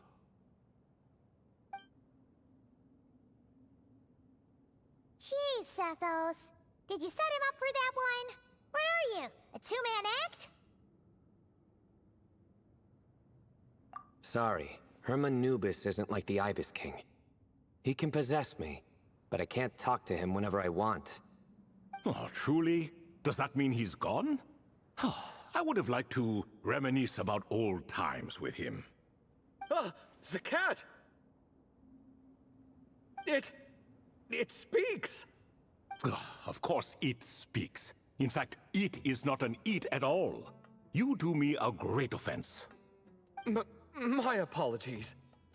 Esteemed cats, sir?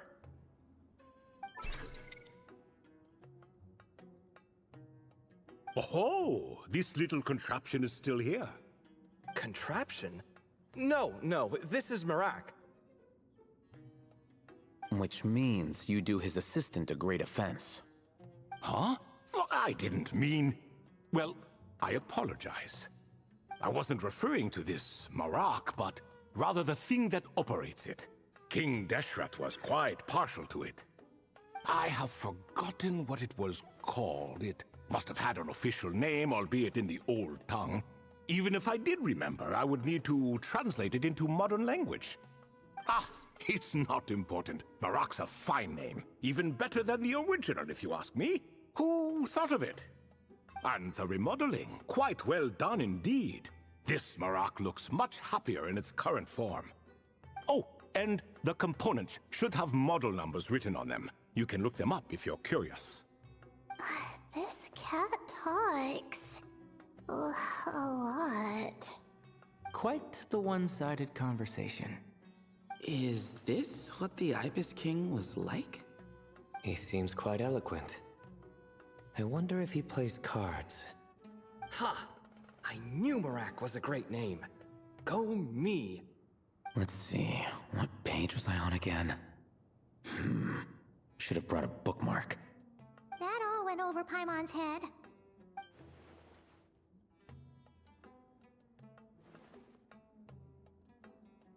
Hello indeed.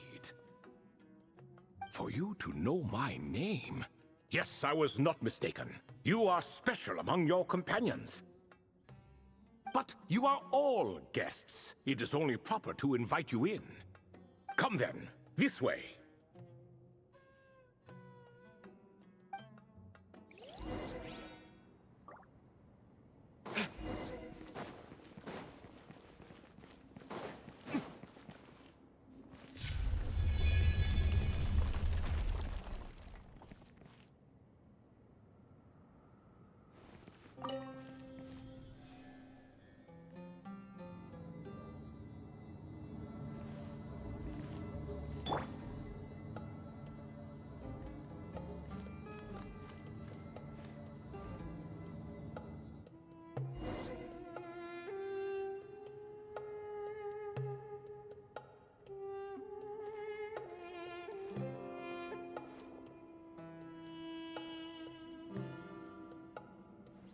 Welcome to my humble abode.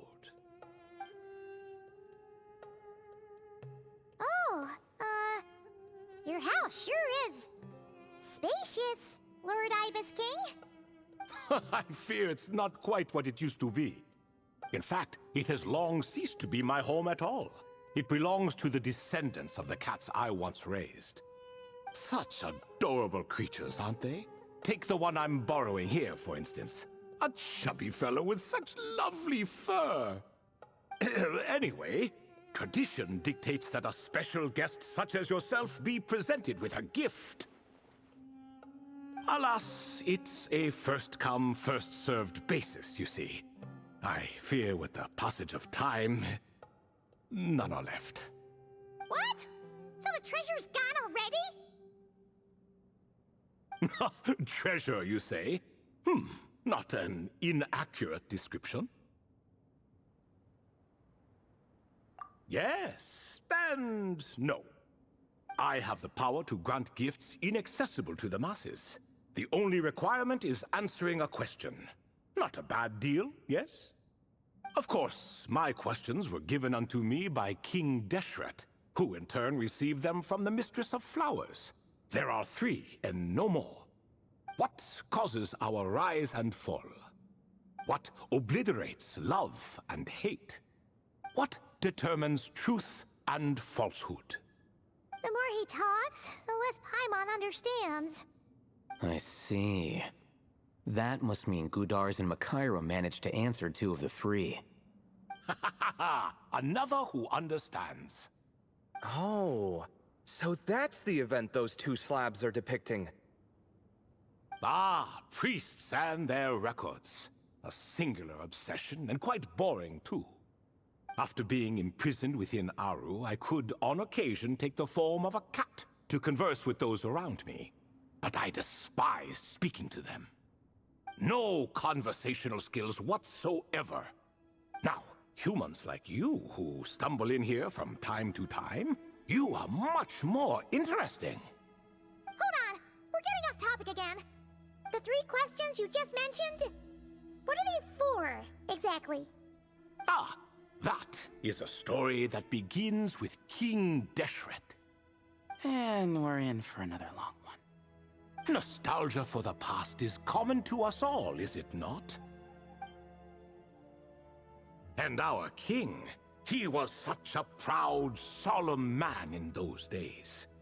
He watched us speak of the present and the future, of the wisdom we possessed, or were about to obtain. We were his proud retainers, confident in our belief that, so long as each one of us used our abilities to the fullest, progress was inevitable. Yet, King Deshret's ambition was not destined to be allowed in a closed-off world such as this. So nothing went as planned. In fact, from the beginning, there were signs an outcome of this nature was inevitable. Because although there were 7 pillars, one was forever absent. Al-Ahmar would insist the Dendro Dragon Sovereign was one of us, but the dragon herself rejected that idea. Huh. Like a card you can never seem to draw from your deck. More like a card that was never in the deck to begin with. Alas, that's just who Al-Ahmar was. There was nothing we could do about that. And I always preferred chess to cards. In the end, life grew unbearable for our king. But, of course, those who remain must continue to live on. But subjects like us were less fortunate. After all, the fate of a retainer is decided by the king, including the chance to walk away. So it was then that King Deshret had Kroko, Goti, and I locked up within Aru, where we remain to this day. Kroko. Goti? Ah, of course. You're more familiar with their full names. Sobek, the Crocodile King, and Hereshef, the Goat King. And let me tell you, when it comes to chess, Hereshef was a habitual backseat strategist, always spewing nonsense from the sidelines. Well, Sobek was all too quick to take his terrible advice, to the point where I was the one who got accused of cheating. Chess is an exercise in patience, and that man couldn't sit still to save his life. He could never excel at that game. In fact, neither of them were good at chess. Even so, we played together often. And since I was always the winner, we got along quite well. What are you laughing at? Were we not good friends? No one's laughing. Paimon would never. No, not you. It's Goti. He's laughing for no reason again. Can you not hear him? Ah, right. Of course you can't. The two of them are inside Aru, as am I, so only I can hear them. What is even going on here? Has he, like, started to lose it after being trapped for so long? That does happen to prisoners serving life sentences. Speaking of which, how's Azar doing these days? I doubt he's doing much of anything. Just what I wanted to hear. What is the meaning of this? You doubt my words? I have half a mind to not talk at all. Oh, no. They're not questioning you, Lord Ibis King, just discussing other things. Please, continue. In that case... Where were we? Getting to the part about the 3 questions. Hopefully. Ah yes, we're almost there. Before I entered Aru, King Deshret said I could be released from my eternal seal if I chose humans who could provide the correct answers to those 3 questions. The first person who caught my eye was Gudars. I asked him, what causes our rise and fall? He answered, conspiracy and betrayal, for it renders the righteous and wise unable to succeed, and thus nations fall. I found his answer quite interesting, so I bestowed upon him the power to deceive. The second human I chose was Makaira. I asked her, what obliterates love and hate? She said unto me, I have nothing left to lose. Vengeance alone can quench both love and hate. I found this to be another fascinating response, so I granted her the power to be loved. But both of them ended up... Now then, young one, riddle me this. Did their answers point to this fate, or was it the power I bestowed upon them that determined their end? I'm just an observer who doesn't understand their circumstances, so I can't answer. A clever reply. I do not wish to comment either. It is all in the past at this point. My only wish was for their answers to be acknowledged by King Deshret's rules, and bring me one step closer to freedom. As for the final person, her fate remains to be seen, so I will not reveal her name.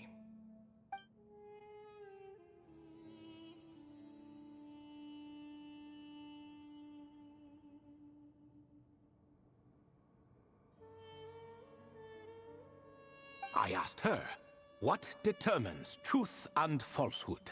And found her answer quite compelling, so I bestowed upon her a gift to match. As you can see, however, I have not been freed, so it's clear the answer she gave at that time was wrong. But alas, 3 people were chosen and 3 questions were asked, so now all I can do is wait. Wait until her wisdom is in line with the rules set forth by my king. Until she has found the true answer to that question. No wonder there was no 3rd stone slab then. Or perhaps you're just not ready to include her in the story. Though, that might be a generous interpretation. Well, it's not merely because her story remains unfinished. As the remaining priests of this place left, or passed on, there were none left to record the events that followed. Besides, stone slabs are few and far between in the Great Red Sands. In the sprawling desert, very few things or people even manage to leave a trace. But sometimes I can't help but wonder, if that young man from several centuries ago had been willing to answer my question, would I have left Aru by now? So there was someone else? Of course, it has been thousands of years after all. All sorts of people have stumbled upon this place, but I only chose the special ones. That young man had such a singular intelligence, though his companion, by contrast, was rather average.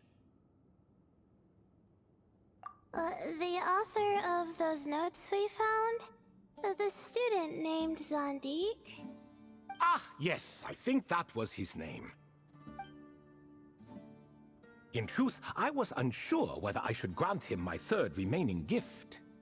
He was, of course, exceedingly clever, but he was also mistrustful and narcissistic in equal measure, and there did not seem to be a line he was unwilling to cross. Too much power could be dangerous in the hands of someone like him, so I found myself rather relieved when he declined my gift. Oh, he turned you down? Did he give a reason? Yes. He said he didn't need it. I still remember the look in his eyes. Nothing stood out per se, and still I could sense contempt and disdain radiating from his gaze. I could not give an exact reason, but on instinct I just knew it would not end well to get close to a man like that. So, I tricked him.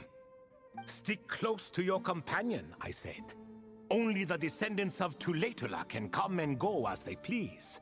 Leave him behind, and there is no escape for you." So, does that mean his companion wasn't a descendant of Tulatula? Oh no, that part was true. The lie was in the other half. Anyone can enter or exit this place. There are no restrictions. I saw that his companion was exhausted and was concerned Zandik might leave him behind, or worse, that some other accident might befall him.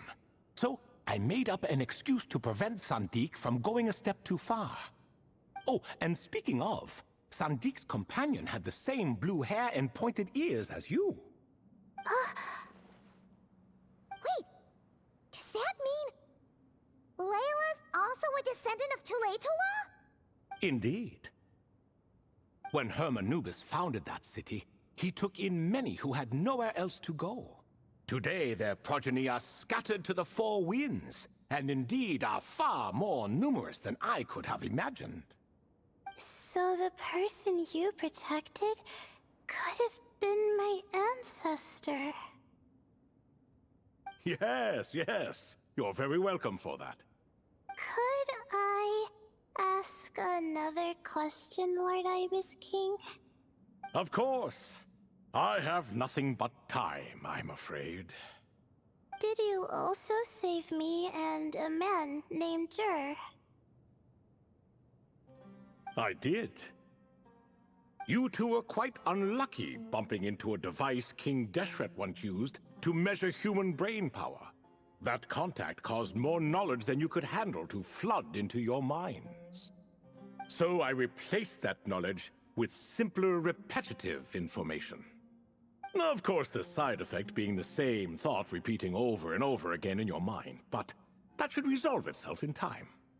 How many moons are there in the sky? Yes, that was the phrase I used in your head. I forgot the other one, though. I believe it had something to do with food. Both were spur-of-the-moment decisions, so no need to dwell on the meaning too much. Oh, I see. Thank you, Lord Ibis King. As I said, young one, you are most welcome. If you're inclined to return the favor, perhaps you could turn off that device so no one else can trigger it? There's only so much a cat's paw can do, so I'm afraid this is something I must leave to you. Or Marak, I suppose. Oh, splendid! Another one bites the dust. Such is the fate of things here. Day by day, little by little, the remnants of ages past fade into obscurity. For that reason, the gifts of bygone eras, be they tied to your blood or technological in nature, are not to be revered. They are tools, nothing more. Disrespectful? I simply make the most of what I have. Besides, our king has been gone all these years. What good does it do to revere him now? Oh, are you talking to the Goat King again? No, Croco this time.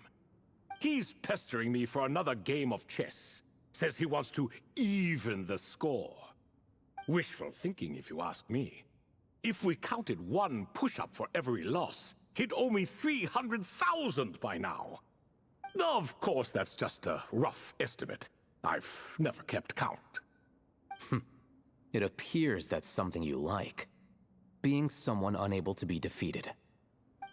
I suppose so. All right then. Time for me to extend my winning streak, and for you all to head home.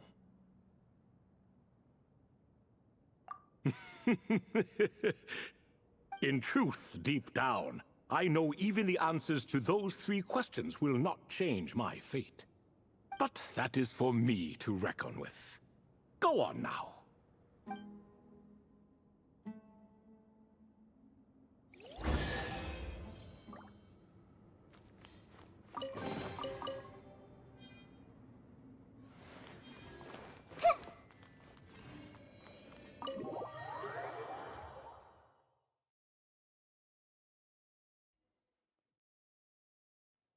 Excuse me.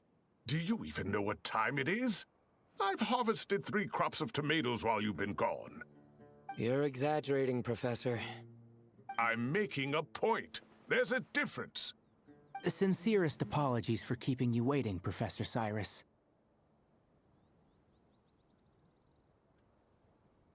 See, that's what I call manners. Now, are any of you hurt? Nope. It went way smoother than we expected, actually. I presume the investigation is complete then. Come, tell me all about it. Oh my, did you luck out? If you've read the work from the Vahumana Dashan, you would know that the Ibis King has, well, let's call it a mixed record. Perhaps he softened up a bit in his old age, and that's why he chose to help you. Or perhaps he just didn't have a good enough reason not to help us. See? Marak agrees. How do you even know that's what Marak meant? That could have just been a happy noise. In any case, there's a lot to be happy about. We figured out what happened to Layla and Jur, and there were some unexpected takeaways too. Yeah, I never expected to learn about my ancestry. I've always thought of myself as just an ordinary student. I never would have even considered something like that could be true. Come to think of it, our ancestors might even have been friends at some point. Huh? You're right. Maybe I should take a trip back home to see if I can find any records about that. Oh, I was just throwing that out there. I wouldn't want you to go to the trouble. It's fine. My advisor gave me a break, and I still have a few days left, so... Oh, wait. My study topic. I haven't made any progress at all. No. I need to focus on that instead. Right. Couldn't you help her, Professor? Huh? No, I could never. Me, you say? I'm from the Spatamar Darshan, and I don't think that Nephis or Zahahadi researched the stars. All I have to offer are my homegrown tomatoes. Although I suppose it's not impossible. I can ask a few old friends to recommend some interesting topics. You really don't have to. It sounds like a lot of work. Hardly. A few passing questions while we water the plants? It's no trouble at all. Thank you so much. Of course. Now it's getting late, and you all must be tired. Let's wrap things up here. Some say desert nights are the sun taking mercy on us after the heat of the day. So, let's leave while she still feels merciful.